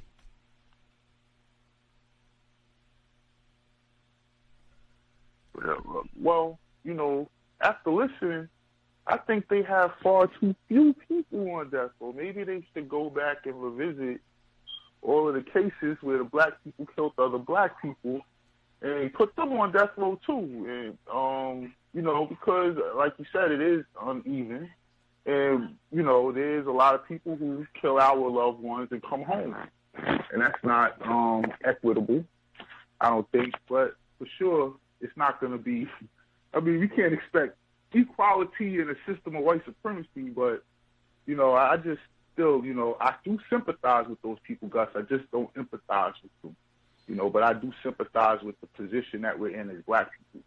But the position that they're in, I don't empathize. If they're guilty. If they're guilty. If they're guilty. Right on. That I can see, as I said, hey, Mr. Fuller said something reasonably similar. I've heard that from other folks as well. If they are guilty, if they, you know, have done something incorrect. Other folks who dialed in, comments, questions. I will get in really quick. Some of these, I'm trying to include it as we roll along as the narrator. If I, you know, make an error, that'll be on me. You can boo the narrator. But some of these are not just like journal entries. Some of these, it seems, I'm just looking at the ending, some of these were published in like the Yale Law Review and things of that. There we go. The one, this is for me, it's on page 18. This is Teetering on the Brink. So this one, it says 1991, Yale Law Journal, January 1991. That I think is important just because one thing I pay attention to is audience in terms of, all right, so I'm writing this. Who do I intend to read it? Am I writing this piece for COWS listeners? Am I writing this for non-white people in general? Am I writing this piece for white people? Who is supposed to read this book? If I am writing something, I don't know if he started out before he got the first word on the page or typewriter or whatever it is, that I am writing to submit this to the Yale Law Journal for publication. I don't know if it started that way, or I don't know if this was just something he was writing for himself, and they saw it, whomever, and said, oh, wow, we'd like to republish it. Because that does happen sometimes. People will see things that are published someplace else or wasn't even written to be published, was maybe a journal entry or something, and they decide, oh, we'd like to publish this too. I don't know. But at least it seems reasonable that it could be, because he does a lot of quoting of Supreme Court cases, that it could be, as I said last week, appealing to white audiences where I still don't think I've heard white supremacy mentioned, where you speak about it in a different manner. You make it more palatable to a white audience. And I would certainly think if the Yale Law Journal is reading any portion of this, that is a white audience. I don't think Thomas in New York, retired firefighter, I don't think they are alums of Yale. Correct me if I'm wrong, if we have some distinguished Ivy League law grads on the line with us. But I think that's going to be a predominantly white audience checking out even having access. I mean, again, it's not like everybody has a subscription to the Yale Law Journal. Anything else folks wanted to point out from the first portion of the reading?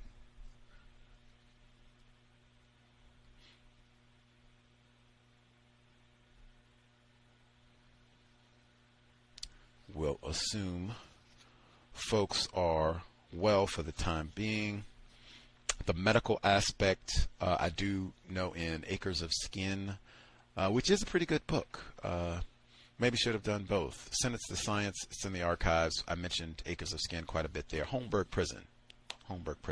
But he, in that book, talks about the mental toll as well, because some of the experiments, some of them were pretty easy. Like it'd be something simple, we'll just blow cologne on you or something and come back and see if it irritates your skin. No big deal. Some of them were major. Some of them said that, they had skin coming off of their body. They were mutilating their genitals. I mean, it was all kinds of, some of them had debilitating injuries for life as a result of these experiments, quote unquote, where they were signing up just for a nickel. And again, they were exploiting, they were taking advantage. Oh, come on and, do this experiment. We'll put, $10 on your books. And some of these folks, everything that you heard, deliberate efforts to isolate, make it difficult so your family can't come visit you. You don't get visitation and all that. They harass you, the cavity searches that he talked about last week. So you don't have contact. You just end up being isolated, which can drive you crazy, deliberately so. And then you don't have any money, you don't have any resources. Think about, hey, I know you want to get to that, just basic necessities. Maybe you'd like a can of soup. Maybe you'd like an extra tube of toothpaste, a toothbrush, anything. I saw, I know you're in a tough way. We're paying you, slaves, paying you a nickel an hour. You come do this experiment, let us, fondle your testicles for a week, and we'll put $50 on your books. Whole lot of folks, what is it, Mr. Fuller? They'll make you an offer you cannot refuse. You would be surprised. You're in greater confinement, not on death row, just greater confinement for 5 years, 4 years, 2 years. You'd be surprised what can become an offer you can't refuse. And that's a part of the experiment too. They already know that, studying people that are in a vulnerable. But that's why they got the Stanford prison study. This is racist man, racist woman, racist child. Again, you can't be ignorant about racism if that's just what you do. You just set up environments to study so that you can strengthen how you dominate and abuse people. If everybody is solid, we will shove along off to the second audio reading. Anything else folks needed to get in?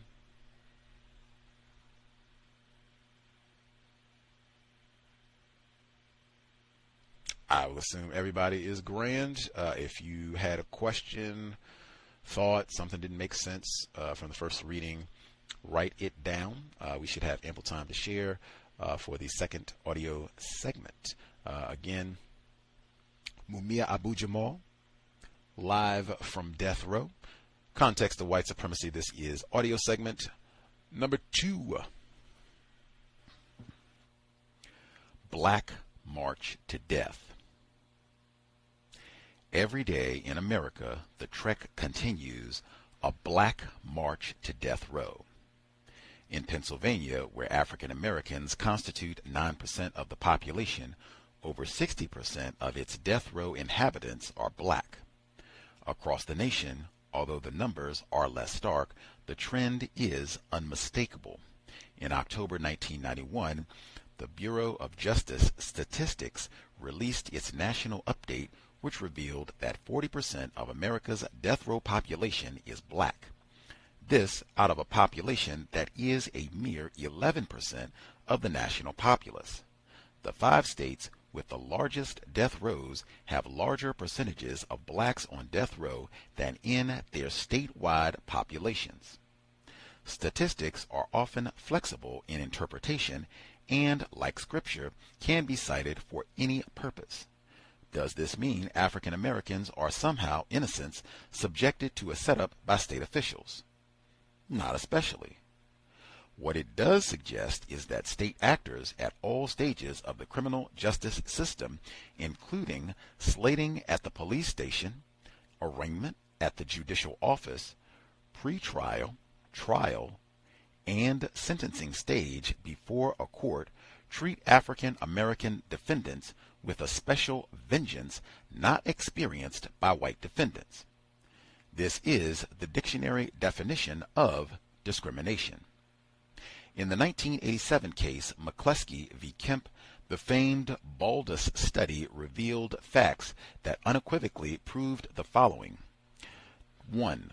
Defendants charged with killing white victims in Georgia are 4.3 times as likely to be sentenced to death as defendants charged with killing blacks. 2. 6 of every 11 defendants convicted of killing a white person would not have received the death sentence if their victim had been black. And 3. Cases involving black defendants and white victims are more likely to result in a death sentence than cases featuring any other racial combination of defendant and victim. Although the U.S. Supreme Court, by a 5-4 vote, rejected McCleskey's claims, it could hardly reject the facts underlying them. Retired Justice Powell said in essence that differences don't amount to discrimination. The bedrock reason that McCleskey was denied relief was the fear, again expressed by Powell, that McCleskey's claim, taken to its logical conclusion, throws into serious question the principles that underlie our entire criminal justice system. How true? McCleskey can't be correct, or else the whole system is incorrect. Now, that couldn't be the case, could it? December 1991. Slavery Days 2. A specter haunts America's black communities. Vampirish, it sucks the souls out of black lives, leaving skeletal husks behind, mobile, animated, but emotionally and spiritually dead. This is not the result of a dark Count Drac attack, nor a spell woven by a sinister shaman. It is the direct result of global greed, government deception, and the eternal longing of the poor to escape, however briefly, from the crippling shackles of utter poverty. Their quest for relief is spelled C-R-A-C-K, crack, rock. Call it what you will, it is, in truth, another word for death in African American communities. Harvested in Latin America's Peruvian highlands, treated in jungle labs, cured in a chemical bath of ether and kerosene, carried into the USA by government-hired pilots as a way to pay the fledgling Contra's bills, cocaine comes to Chocolate City, USA, and, transformed into crystalline crack, wreaks havoc on poor black life.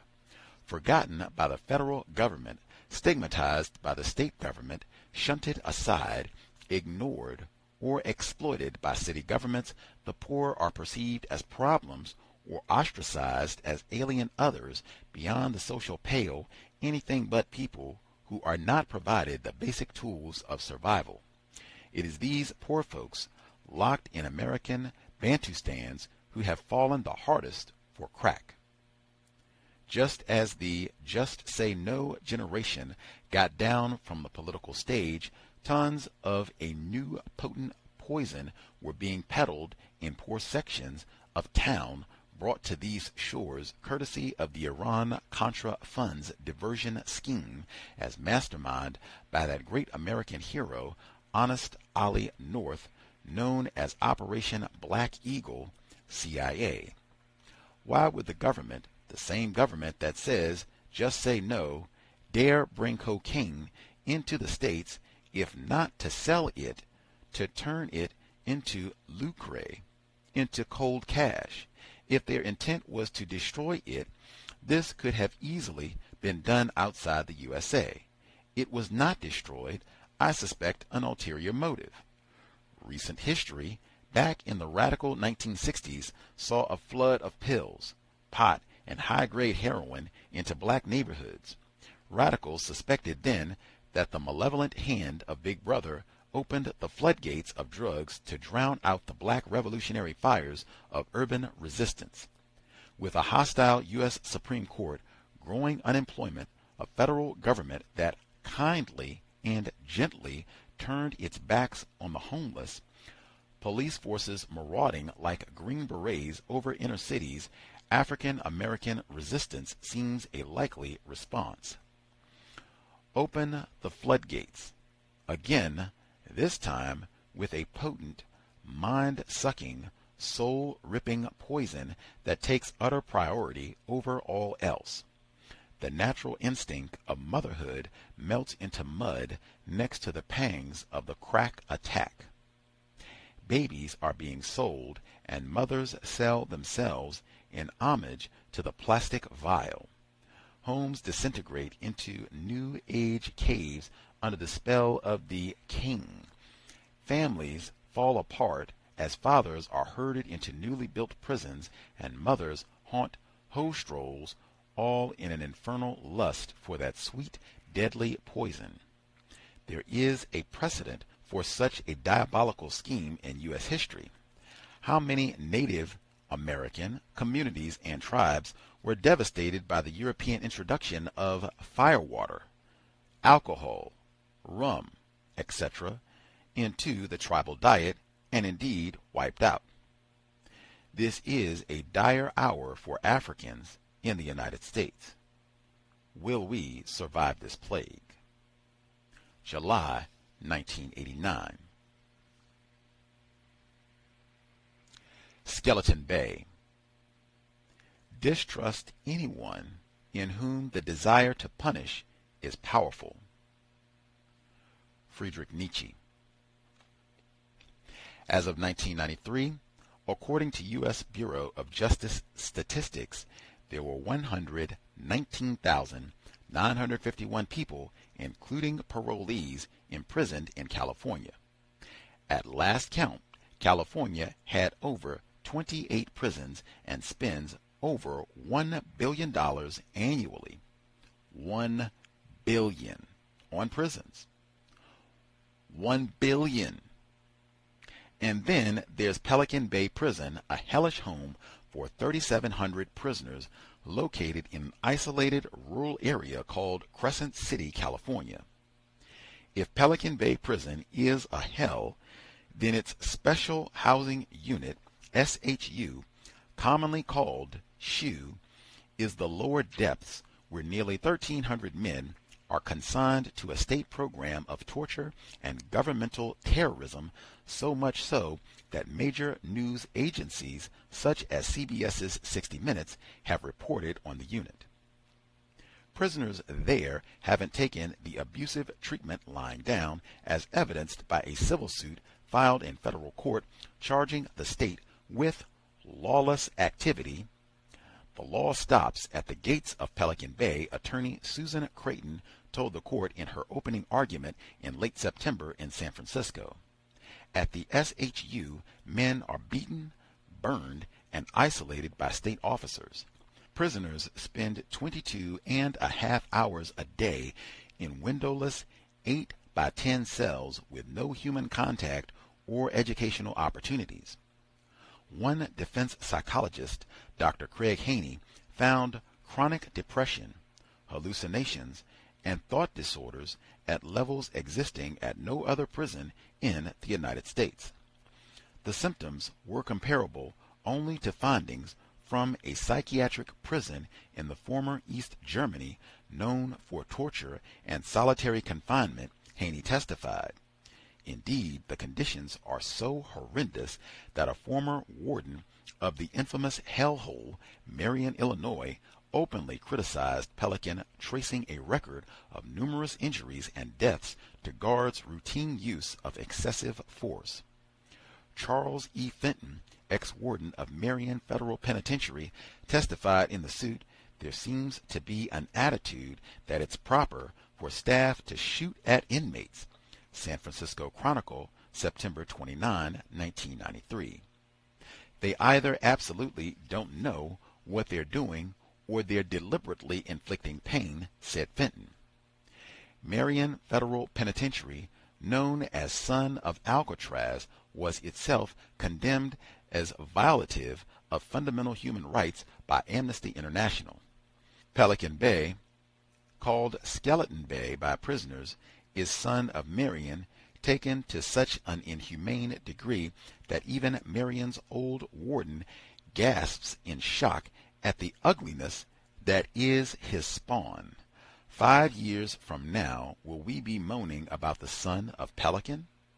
If we don't rumble now against all fascistic control units such as Pelican, Pennsylvania's SMU, Shawnee Unit at Marianna, Florida, and Colorado State Penitentiary, you may not be able to rumble later. The solution is not in courts, but in an awake, aware people.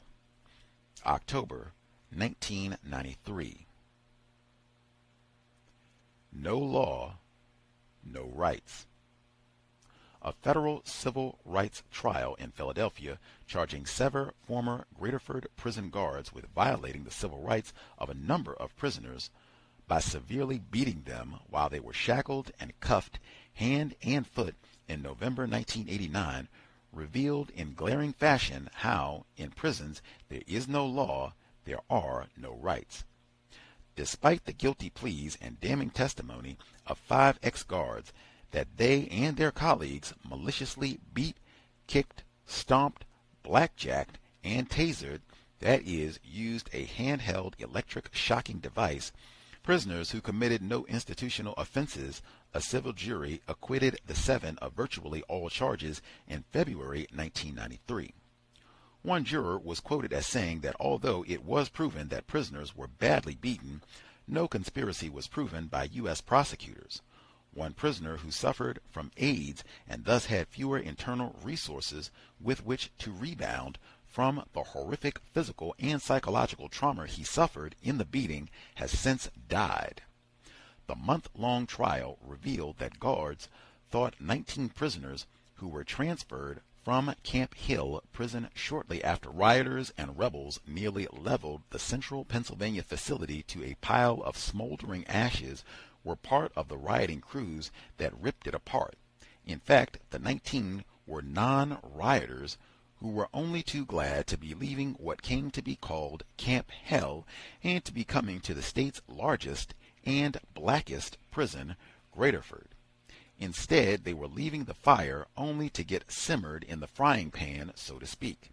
At Graterford, whose massive, haunting walls seemed to offer some relief from the raging literal and psychic infernos of Camp Hill, the 19 men met uniformed hatred and naked brutality as they were beaten, kicked, and terrorized by government officials sworn to protect the elusive peace in prisons, guards who, acting on nothing but assumptions, assaulted over a dozen men on the notion that they were troublemakers. Some, those few who could navigate the treacherous straits and shoals of civil litigation, sued state officials for damages. Others bound up their wounds and blended into the wall while waiting for terms to expire so they could be free again. Several testified in federal prosecution. One died, but all found out how fragile the very system that stole their very freedom was when the state committed crimes against them. all found out that words like justice, law, civil rights, and, yes, crime have different and elastic meanings depending on whose rights were violated, who committed what crimes against whom, and whether one works for the system or against it. For those people, almost 1 million at last count, who wear the label prisoner around their necks, there is no law, there is no justice, there are no rights. February 1993. 2 bites of the apple in Dixie. Last term, the U.S. Supreme Court delivered a full, foul package of repressive rulings, but perhaps none was more obscene than Penry v. Linhow, where the court stamped its seal of approval on the execution of the mentally retarded. In Penry, the Rehnquist right wing, represented by Justice O'Connor, justified its decision by proclaiming that no national consensus exists opposing capital punishment for the retarded. Penry represents the clearest instance of justice by public opinion poll, also known as national consensus, now holding sway in America's court of last resort. As it happened, however, the court's majority was dead wrong. In a recently published National Law Journal Lexis crime poll conducted by Penn and Schoen Associates of New York, the figures reveal an overwhelming majority of Americans, 69%, oppose the death penalty for retarded persons. The poll suggests, on this issue at least, that the court's rightist majority is simply out of step with America's majority. Such statistics, however, are hollow where life and death are concerned. For Horace Dunkins, Jr., who was strapped into Alabama's electric chair on July 14, 1989, shortly past midnight, it had no meaning at all. Horace Dunkins was retarded. His meager IQ matched the percentage of Americans who opposed his legalized murder, 69. But if the dictionary definition of retarded, slow, or limited intellect has any relevance here, surely the Alabama Department of Corrections should qualify. Dunkins was electrocuted twice. At 12:08 a.m., the executioner flipped the switch, sending man-made lightning surging through Dunkins. The doctor found the man alive, unconscious. Perhaps it is fitting that Alabama's Corrections Department could not correctly execute an execution without torturing its charge. Alabama legally killed Dunkins with the blessing of the U.S. Supreme Court's 5-4 majority. In a series of articles written by Duncan's lawyer, Stephen D. Ellis, in Philadelphia's Legal Intelligencer, the fundamental unfairness of Duncan's fate and the nightmarish details of his double electrocution are recounted in a case Ellis called a miscarriage of justice. For most Americans, one electrocution is the stuff of mystery, as most have never witnessed it. For most, it is a forbidden zone, an act committed in the dark, far from the maddening crowd, an act accomplished in a state of stealth. Several decades ago, a celebrated justice of the Pennsylvania Supreme Court did witness an execution by electrocution and wrote, "He started painfully and uncertainly to lower himself into the chair, but now the guards were swift. They lifted him deep into the seat and adjusted the electrodes at calves and wrists. Then they fastened a thick belt across his chest and lowered over his head the heavy wired leather mask. It hid all but the tip of his nose and his lips. He was making efforts to quiet them by biting his tongue, the best that he could do, against his racing mind and heart, to keep control and to sit erect." Then Justice Bach goes to the meat of his blow-by-blow recap. The guards stepped back. The warden, who had stood by with arms raised, lowered his hand. It had taken a minute and 37 seconds. There was a low whine and a short, loud snap as of huge teeth closing. Roger's head flew back and his body leaped forward against the confining straps. Almost at once, smoke arose from his head and left wrist and was sucked up into the ventilator overhead. The body churned against the bonds, and the lips ceased trembling and turned red, then slowly changed to blue. Moisture appeared on the skin, and a sizzling noise was audible. The smell of burning flesh grew heavy in the air. Roger was being broiled. The current went off with a distinct clap after about 2 minutes, and Roger slumped back into his seat, his head hanging. No one moved.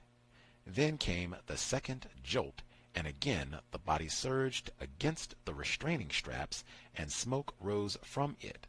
The visible flesh was turkey red. Again the current slammed off, and this time the doctor stepped forward to listen, but he moved back again and shook his head. Apparently Roger still clung faintly to life. The third charge struck him, and again the smoking and sizzling and broiling. His flesh was swelling around the straps. The doctor listened carefully and raised his head. "I pronounce this man dead," he said, folding up his stethoscope. It was 7 minutes after Roger had been seated in the chair. 30 years after Justice Bach's eerie description of the Keystone State's triple electrocution, America makes progress at a snail's pace with the torturous double electrocution of Horace Duncan's, a retarded black man in Alabama. While the state of Georgia barred the execution of mentally retarded folks, its sister state, the Heart of Dixie, did not have such a law, and in its fourth execution since reinstatement of the death penalty in 1976, it has presented a spectacle of heartlessness and utter incompetence. Even supporters of capital punishment, faced with the torturous double frying of Horace Duncan's, must mutter to themselves, "Do it right, damn it," or don't do it at all. August 1989. Blackman bows out of the death game. Harry A. Blackman, the U.S. Supreme Court's senior justice, has finally held as a matter of constitutional law that the death penalty, as currently administered, is unconstitutional.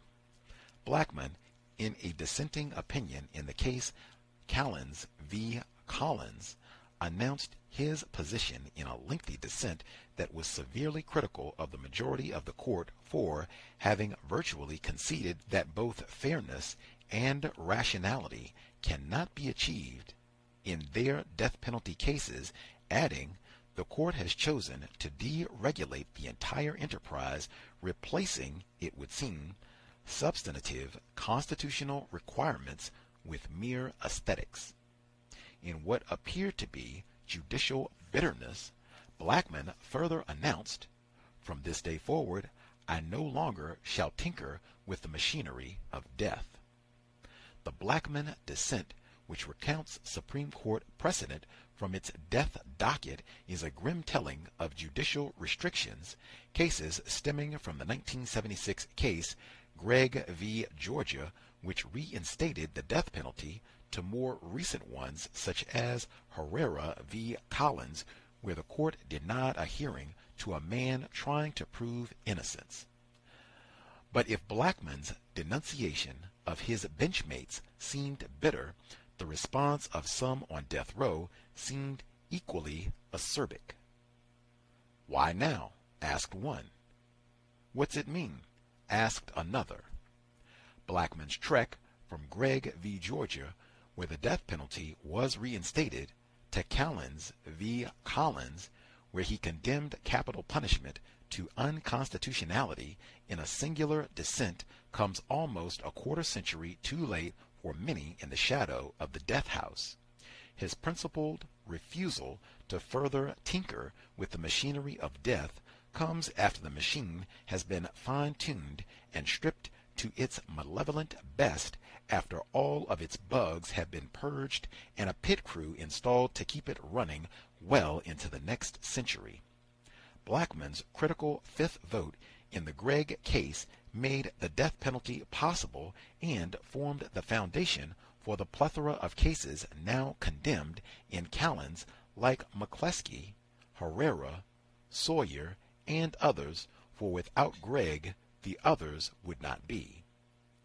Further, his dissent, although remarkable in its passioned discourse, is of negligible legal force and will save not one life, not even defendant Callan's. Blackmun, in his death penalty jurisprudence at least, assumes the late Justice Marshall's mantle of the lone dissenter, a Jeremiah preaching in a dry, searing judicial wilderness where few will hear and none will follow. Had he joined Marshall while he lived and Brennan while he adjudicated, a life block might have emerged with enough light and enough strength to fashion a majority by attracting two stragglers, but this never occurred, and he suggests in his dissent in Callan's may never occur. He wrote, "Perhaps one day this court will develop procedural rules or verbal formulas that actually will provide consistency, fairness, and reliability in a capital sentencing scheme. I am not optimistic that such a day will come. I am more optimistic, though, that this court eventually will conclude that the effort to eliminate arbitrariness while preserving fairness in the infliction of death is so plainly doomed to failure that it and the death penalty must be abandoned altogether. I may not live to see that day, but I have faith that eventually it will arrive." To which some on death row respond, "No time soon." March 1994. Jury of peers? In all criminal prosecutions, the accused shall enjoy the right to a speedy and public trial by an impartial jury of the state and district wherein the crime shall have been committed. Sixth Amendment, U.S. Constitution. Much of the propaganda beamed around the world proclaims the glories of U.S. democracy, such as free elections, representative government, and trial by jury. The following is assuredly not broadcast. William Henry Hance was convicted of killing a Georgia prostitute back in 1978 and sentenced to death. His trial and even his subsequent retrial took place before predominantly white juries. One of those jurors, the only black juror, filed a sworn affidavit that she never agreed to the death sentence, a claim seconded by another white juror. The second juror paints a picture of a trial that was more a lynching than a legal proceeding. This juror, Pamela LeMay, swore in a notarized affidavit that she heard another white juror, a woman, state, "The nigger admitted he did it, he should fry." At several instances at the hotel and during deliberations out of the black juror's presence, Miss LeMay swore she heard other white jurors refer to Hance as a typical nigger and just one more sorry nigger that no one would miss. During deliberations as to whether Hance should be executed or sentenced to life, a juror remarked that execution would be best because that way there'd be one less nigger to breed. This, in America, is the true meaning of a jury of peers.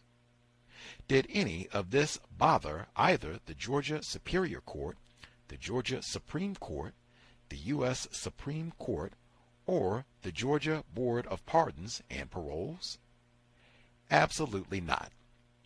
On April 31, 1994, at 10 p.m., William Henry Hance, a man both retarded and mentally ill, was executed, that is, legally lynched, by the government of Georgia by electrocution.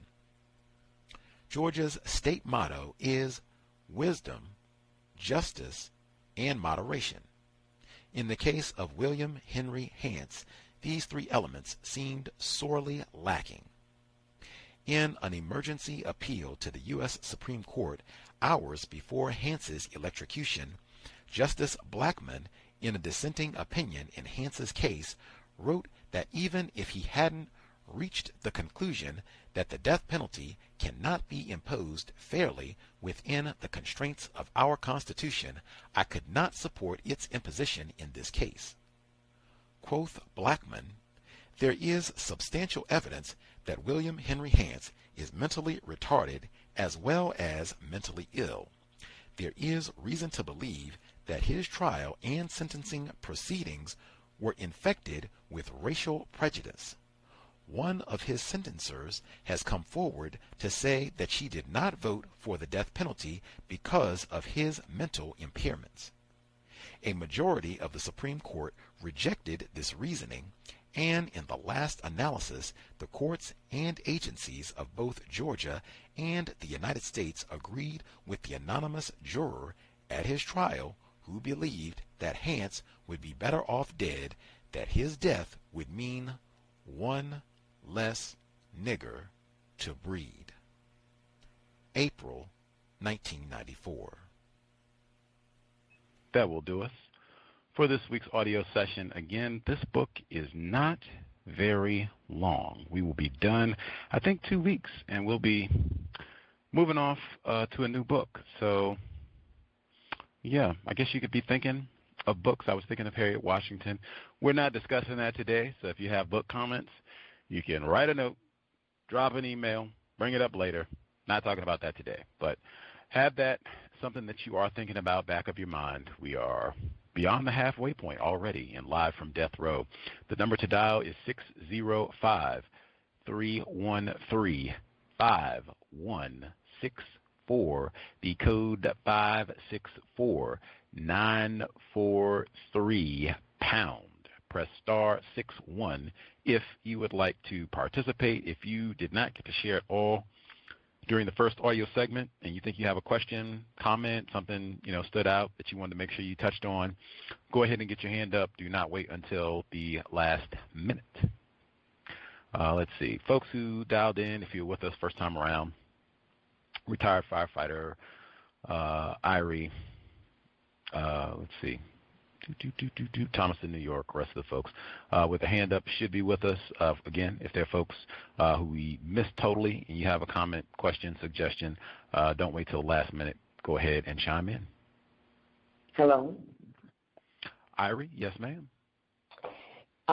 Yeah, so the part where he talked about prosecution with a vengeance, it made me think of a few years ago, I got into a fight with my ex-husband, and he put me in a headlock, and I bid him to get out of it because he was way bigger than me and stronger. And so because he had the bite, they arrested me, and then later on, when I went to, hear my charges and everything, the state attorney offered me supervision, which means legally that it's like a conviction, but a little bit less, where you're saying, okay, I messed up. I admit I messed up, but I'll let you supervise me for a certain amount of time, and if I don't mess up again, then it'll be like it didn't happen. But if I do, then I would have been prosecuted for that and whatever else that they, say or allege that I did. So because of the circumstances and the fact that I had pictures with my shirt torn and all that, I pled not guilty. And in turn, the state attorney added 4 more charges of battery. And I was like, how? And they literally invented, like I guess they asked him to retell, the story with embellishment. And my attorney was like, okay, well, since you didn't take the supervision, they got you down for 5 counts of battery instead of 1. I did get the charges dropped eventually because of my evidence. My ex-husband did ask the state to drop. Well, he didn't ask, but he just stopped showing up because he realized he messed up. And but that's what, when you said that, I definitely agree. Then the other thing that really, really hurt listening to, and I've heard stories about executions before, but hearing about electrocution specifically makes me think of medieval times and medieval torture. And white people love torturing living bodies. And, you know, when the person is inserted in the punitive system, it just gives them that leeway, just like with testing people with different pharmaceuticals or chemical products, whatever. And I remember either hearing or reading about medieval times when a person faced the executioner. The executioner would, dismember the person, however, behead them, and then the blood that was collected would be passed out among the execution goers.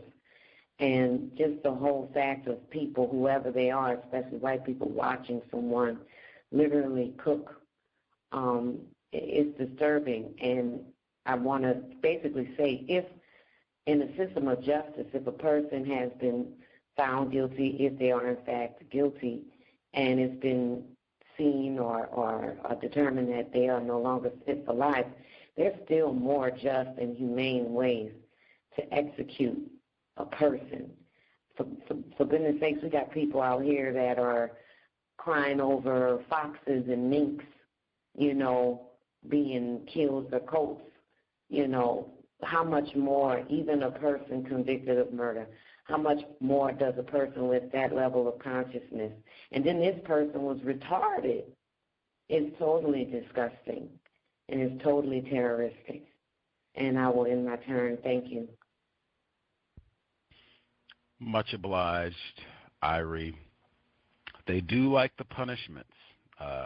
He talked about that last week, Mumia. He talked about having a vengeful so-called system of justice, especially against black people who are unruly, or you're not going to, we tried to be nice and you act like you're not going to go with it and that sort of thing. Oh, now we're really, going to come down with both feet, as they say. Let's see, other folks who dialed in, if you have a hand up, comments, questions to share, line should be open. Proceed.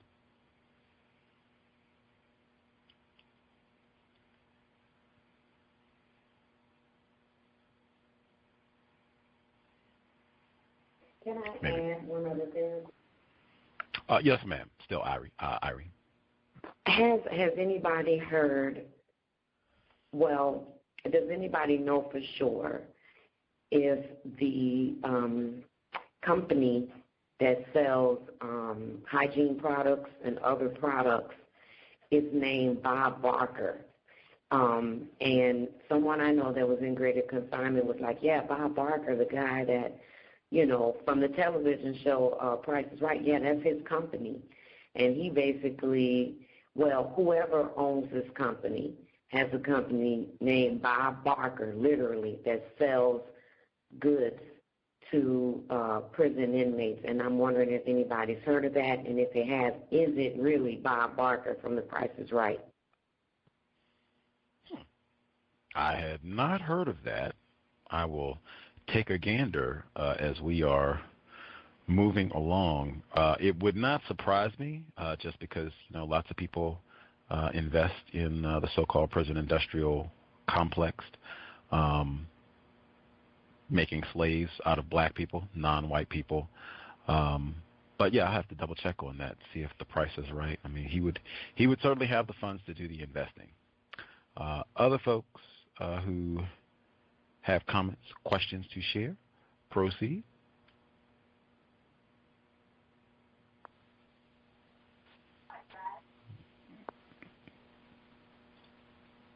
folks are still getting their thoughts together, I'll share a few of my notes for the time being. Let's see. Oh, I guess, I don't know. They do have a prison, they have a Wikipedia page for the Bob Barker Company. It says, man, oh man, love it when people are not on to talk, but just to have ambient noise in the background. Woo! So again, Bob Barker, they have a Wikipedia page, depending on veracity of Wikipedia, but on the page it says, according to the company's website, founder Bob Barker, a former newspaper editor from North Carolina, initially started the company selling supplies and equipment to restaurants. The company began supplying to jails and prisons in the southeastern United States in the early 1980s. So it would seem this is, they have at the bottom. While the prison lore has suggested that the company is affiliated with the game show host Bob Barker, there is no relationship between the two, and they do have a footnote, Snopes.com, if people are familiar with the website, where they also say that there is no connection between the two. Another mystery solved. Let's see. Notes from this section. I was kind of thinking that. He quotes Friedrich Nietzsche, distrust anyone whom the desire to punish is powerful. I was thinking of Thomas in New York when that section came up, but quoting Nietzsche, I think that's another white author. There was some of that I thought in the last book, Charles Dickens' Great Expectations, and just being able to name drop popular white novels, white literature can sometimes curry favor with whites, which I would probably be trying to do too if I was on death row. Let's see. California, I used to live close to Crescent City in California.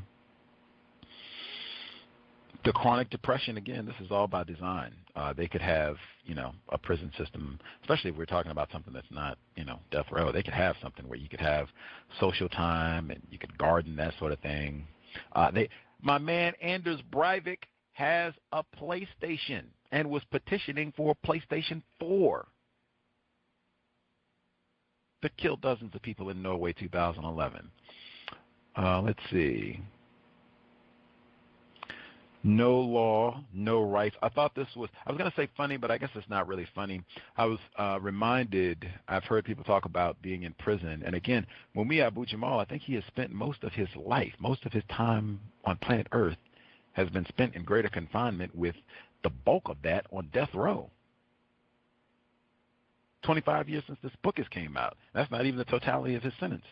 How much time he's spending behind bars. But I've heard people talk about being in confinement as you are suspended in time, and what they mean is you are wherever you are locked up at, and all these other things are happening. As he was writing about, if you have children, they get older, they grow up, they have their own children. If you are in some sort of relationship, they're probably going to move on, might marry somebody else. That happens frequently, not seeing you. That's especially if you got some sort of long sentence, you're going to be there for life, for 20 years, 10 years, that type of thing, where you can be really disconnected from how people are changing, people that they've talked about loved ones passing away. You can't even be at the funeral where people have grown up and died and that sort of thing and just moved on, and the world changes. Imagine being in greater confinement in 1980. Ronald Reagan is president. Now it's Donald Trump. And then all of those changes. What's a cell phone? You don't even know. Like all the other, tablets and everything else. I heard one person, he said it was someone he knew, black male. He was been in greater confinement for a number of years. He got out. I think he had been there for more than 10 years. And with all the changes, he couldn't even put gas in the car. He was just kind of standing there at the pump like, what is this? Like, I've never even seen anything like this. That was the thought I had when Mumia, he was in No Law, No Rights. He said, despite the guilty pleas and damning testimony of 5 guards that they and their colleagues maliciously beat, kicked, stomped, blackjacked, and tasered, and then he has in parentheses that he has used a handheld electric shocking device.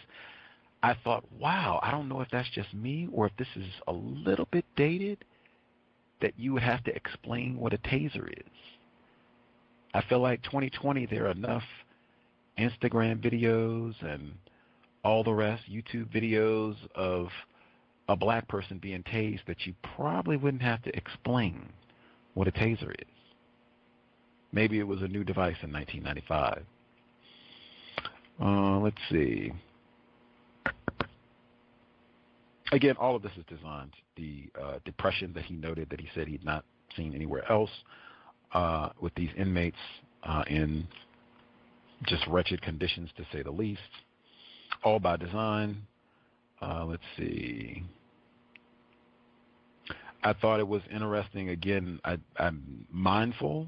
He has a report, 2 bites of the apple in Dixie. I'm mindful of any types of suggestions that racism, white supremacy is a Southern thing, even though he's, said in the text that it operates everywhere. Obviously, he's in Pennsylvania, but white people, regardless of, slight idiosyncrasies, depending on where you happen to be geographically, the overall emphasis is still the same: dominate and mistreat the niggers.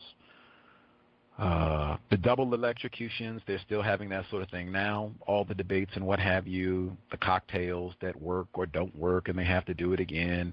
I was even thinking, I thought of Thomas in New York again when we got this, vivid description of the electrocution. Like, this is the type of thing you could probably get on the dark web now. Like, I suspect there might be a market for this sort of thing. I know if OJ was going to be electrocuted, my goodness, that would break the internet. But I mean, yeah, I suspect. I mean, he's here. He can chime in. I'll check out a few more. If I have anything else, I want to make sure I get in from this section. The black man bows out of the death game. I thought that was another one that seemed like it might be, I could see where that might appeal to a white audience. This white person, Justice, allegedly changing his mind about the death penalty because he believes you're not going to be able to administer it in a just manner, given the system that we're in that is not named system of white supremacy. And they even use after all its bugs have been purged and the pit crew installed to keep it running well into the next century, talking of the death penalty. But yeah, I just... This 25 years later, and I don't think, unless I'm in error, I don't think we're any closer to being rid of the death penalty 25 years later. You still have most of the same gripes, debates, arguments about this still in use. Sometimes the death penalty, the execution, doesn't even happen in a gas chamber or whatever it is. Sometimes it's just right out on the street. Thought he had a gun, looked at me odd.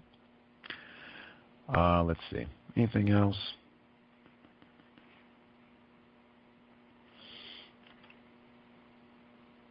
I don't know if in the jury of the Pierce case, William Henry Hance, I don't know, it says he was convicted of killing a prostitute. I don't know if the prostitute was white or black. That might be, if it was a white prostitute and he got the death penalty, that would fit the pattern.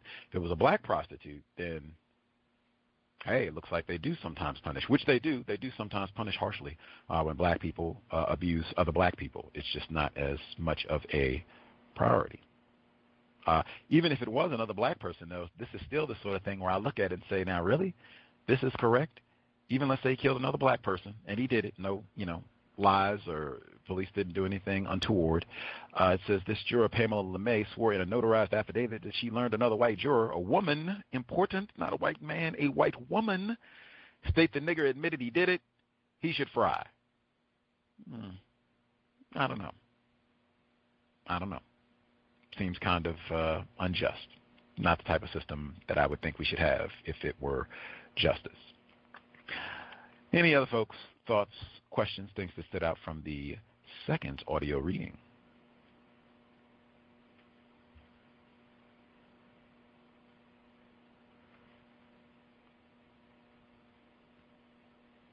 Oh, Thomas, I guess some people, they got bumped off. Thomas in New York back with us.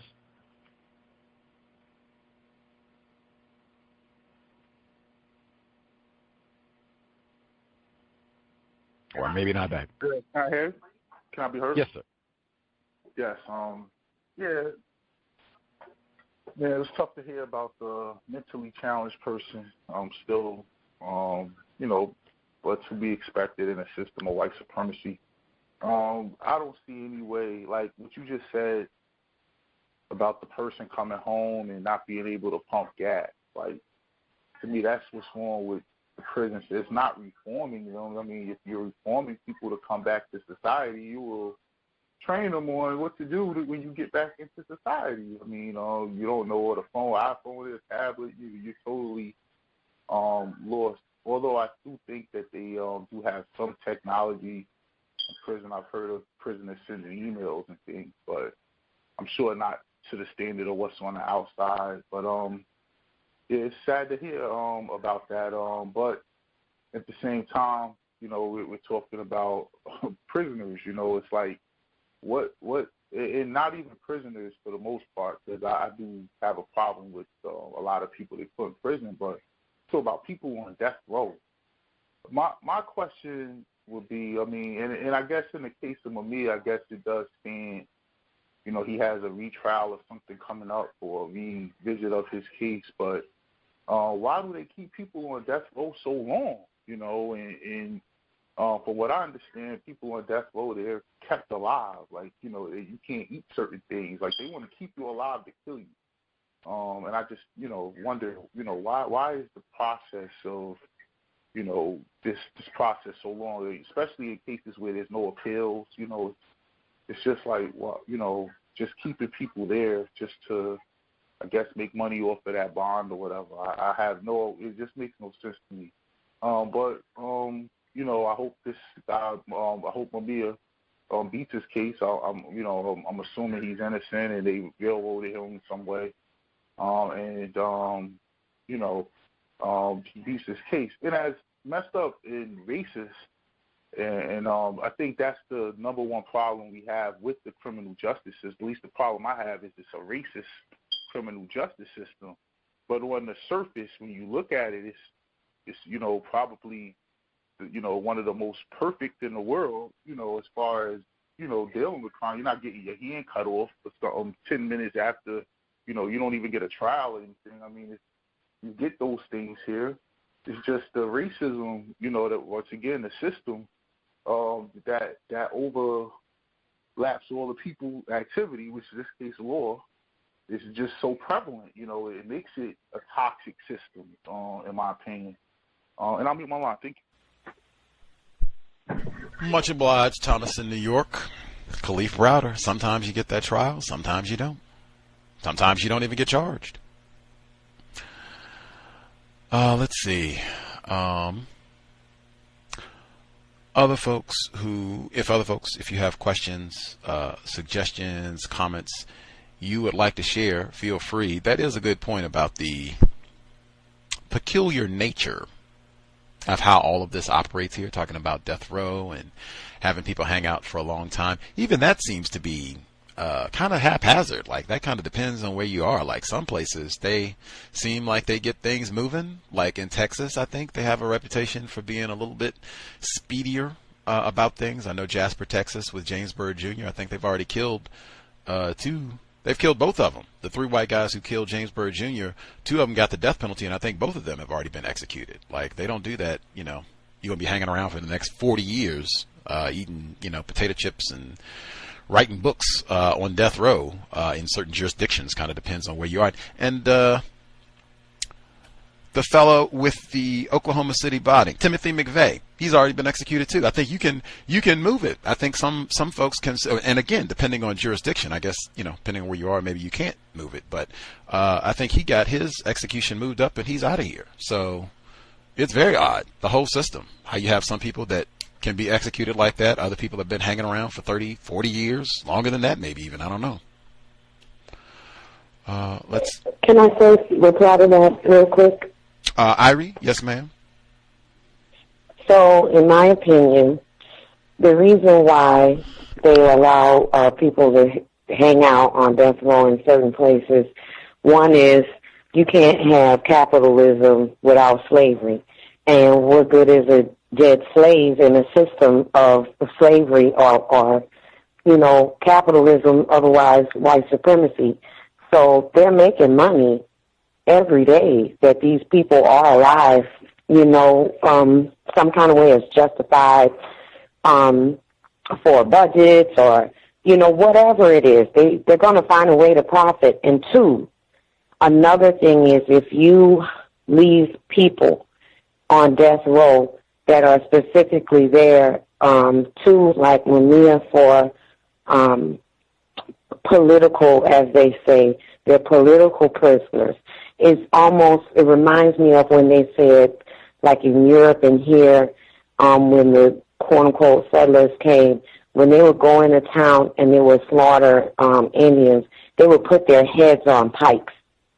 So they can't do that in this particular situation, put the heads out on pikes for everybody to see. This is what happens when you are considered militant or revolutionary. But they can have you in confinement for an extremely and exacerbated time to frighten and maintain, the fear in people and thus the system.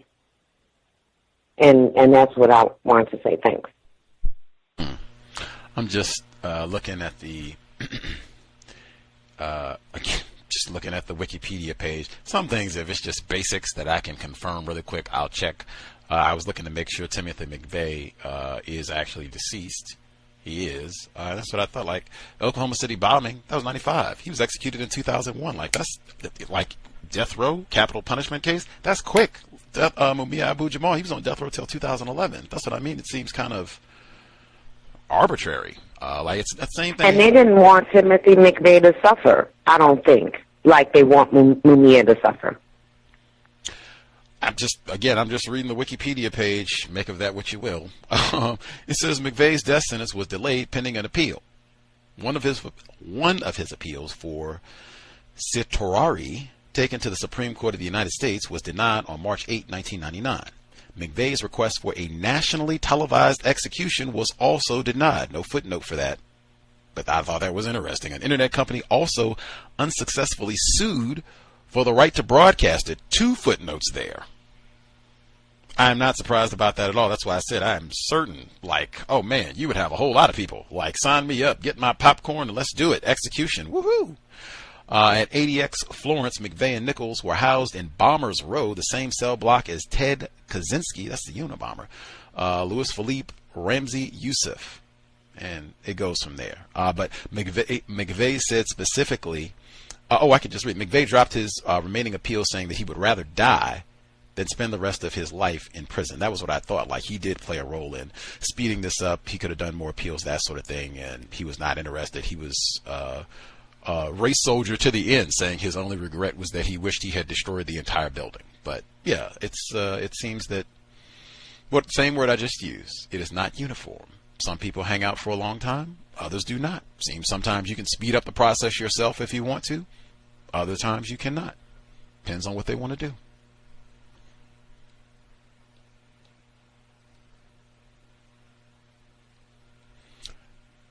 Any other folks have questions, thoughts, comments they want to share? Second audio segment or what we heard today from Live from Death Row? I did want to add that on the dark web in particular, I mean, someone showed me a video one day where they fed someone to piranhas, in the tank, threw the body in there. It was a white guy, but that type of stuff in these rooms where it costs thousands of dollars just to get in the room, and people are paying, and you got to pay just to request certain punishments to be enacted on the people, including rapes and things of that nature. I mean, that's part of white history. When you look at I remember the conscious community on 125th Street, when they would be out there, they would have all the slave posts, all the pictures of the slaves, being hung on the wall there. They just put them there. Of course, as people walk past, they would be angry, and some people would stop and ask questions, whatever. But, all you see in those pictures is white people all around them. It's a spectacle. They love murder, So that dark web is definitely a place where execution is taking place probably every 3 seconds. And, all these people coming up missing and things. So it's sad, but that's their culture. White supremacy culture, white culture, one in the same. That's why death penalty still around. Get our popcorn. Love it, love it, love it. Wouldn't be surprised having that sort of thing streaming and all the rest of it. That is white culture. And just for the torture and what have you, again, rethinking Rufus. Sexual violations of enslaved men. Dr. Thomas A. Foster should be with us this Sunday. He has a lot in his text about torture, designing torture, and all sorts of maniacal means of making black people suffer. That'll be Sunday, and there's a lot of overlap. You heard Mumia mentioning the rape block, making other inmates molest and abuse each other, or the guards coming in and participating themselves, or both. Lots of ways. That was talked about in Sentence to Science. We had Mr. Hornbloom on the program 2014. Rampant system of white supremacy, although I have not heard Anders Breivik complain about that. I did hear convicted terrorist Anders Breivik complain that he did not have a PlayStation 4. I did not hear him make any other complaints about being subjected to anal rape, beatings, sexual assault. None of that. Bad foot, none of that. Just mad he didn't have the latest PS4. Everybody satisfied?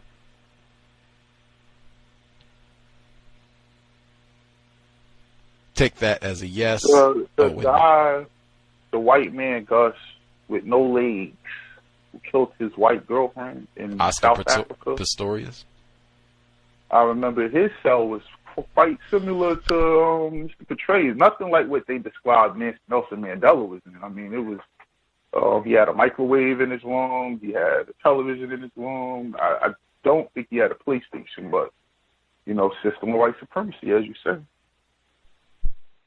And again, all these folks killed people. Oscar Pistorius, people remember, he was at the Olympics. Blade Runner, they called him, got his cool little nickname. I don't even think he did but 5 years. He was convicted. I don't think he's even in greater confinement right now. I've forgotten we talked about it on the program regularly. He killed a white woman.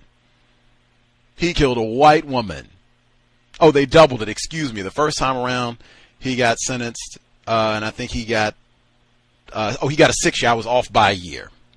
Forgive me, I'm retarded. So he got 6 years. It was appealed, and they doubled it to 13 years. Which, again, that comes back to what I'm saying. So this white man, he could kill a white woman, and it's 13 years.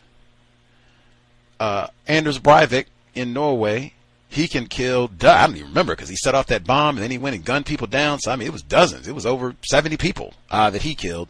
He gets 24 years on a PlayStation 3. I almost said 4. He didn't get that. That's why he's upset. So you got a PlayStation 3. Mumia Abu-Jamal, under suspicious circumstances, is accused of killing one white enforcement official, and that's death penalty. That's what I mean. What are we doing here? It should be uniform. If you're going to make it uniform and do it correctly worldwide, then all right, we can play that. If you're not going to do that, Oscar Pistorius is chilling. Breivik has got a PS4. Mumia can't even get reliable medical care. Nah, I'm good on all that.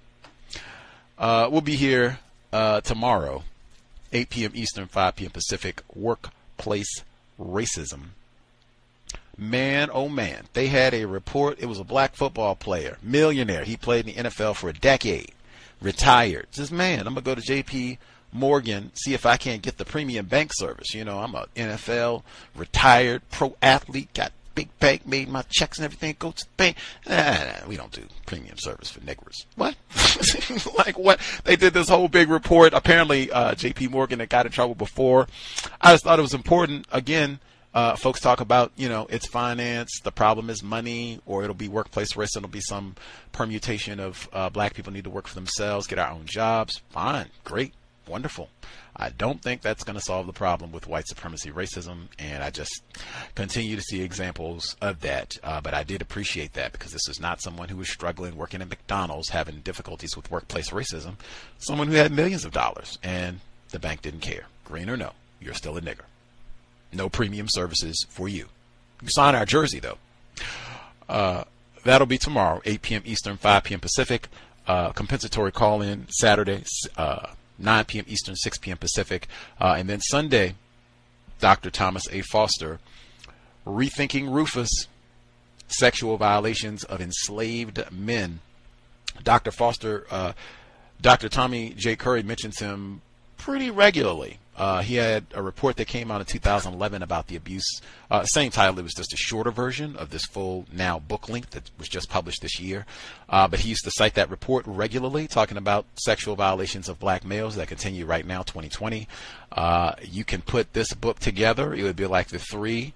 Dr. Curry's The Man Knot, Vincent Woodard, Delectable Negro, and Rethinking Rufus. Put those three together, I think, makes excellent study to get a better grasp or a more in-depth grasp of the sexual violations and why Mr. Fuller says we are not men and women, boys and gals. That's what we have. You don't have black women, you don't have black men, you got black males, black females, non-white females, as long as the system of white supremacy exists.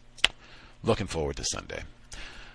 With that, much obliged to all the folks for their participation. Hope it was worthy of your Thursday evening. We'll be back in about 24 hours. Again, you can be thinking of a new book because we're past the halfway point already. We'll have full session next week and probably a abbreviated session in 2 weeks. But chugging right on through live from death row. Reading is more important than watching television. With that, sobriety would be best under conditions of white supremacy.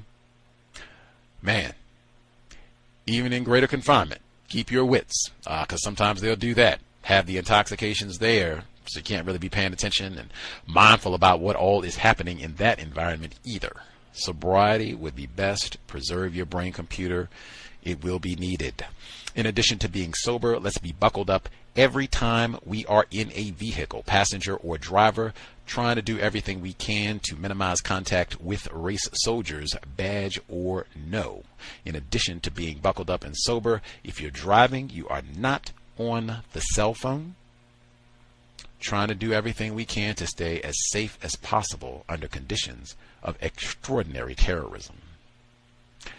Creator, we ask that you help us remain patient with other black people, victims of white supremacy. We ask that you help us remain patient with ourselves. Remind us to demonstrate the highest levels of black self-respect at all times, in all places, each and every time we are in contact with another black person. It has been time. Replace white supremacy with justice immediately. Cow signing out. Thanks all for tuning in.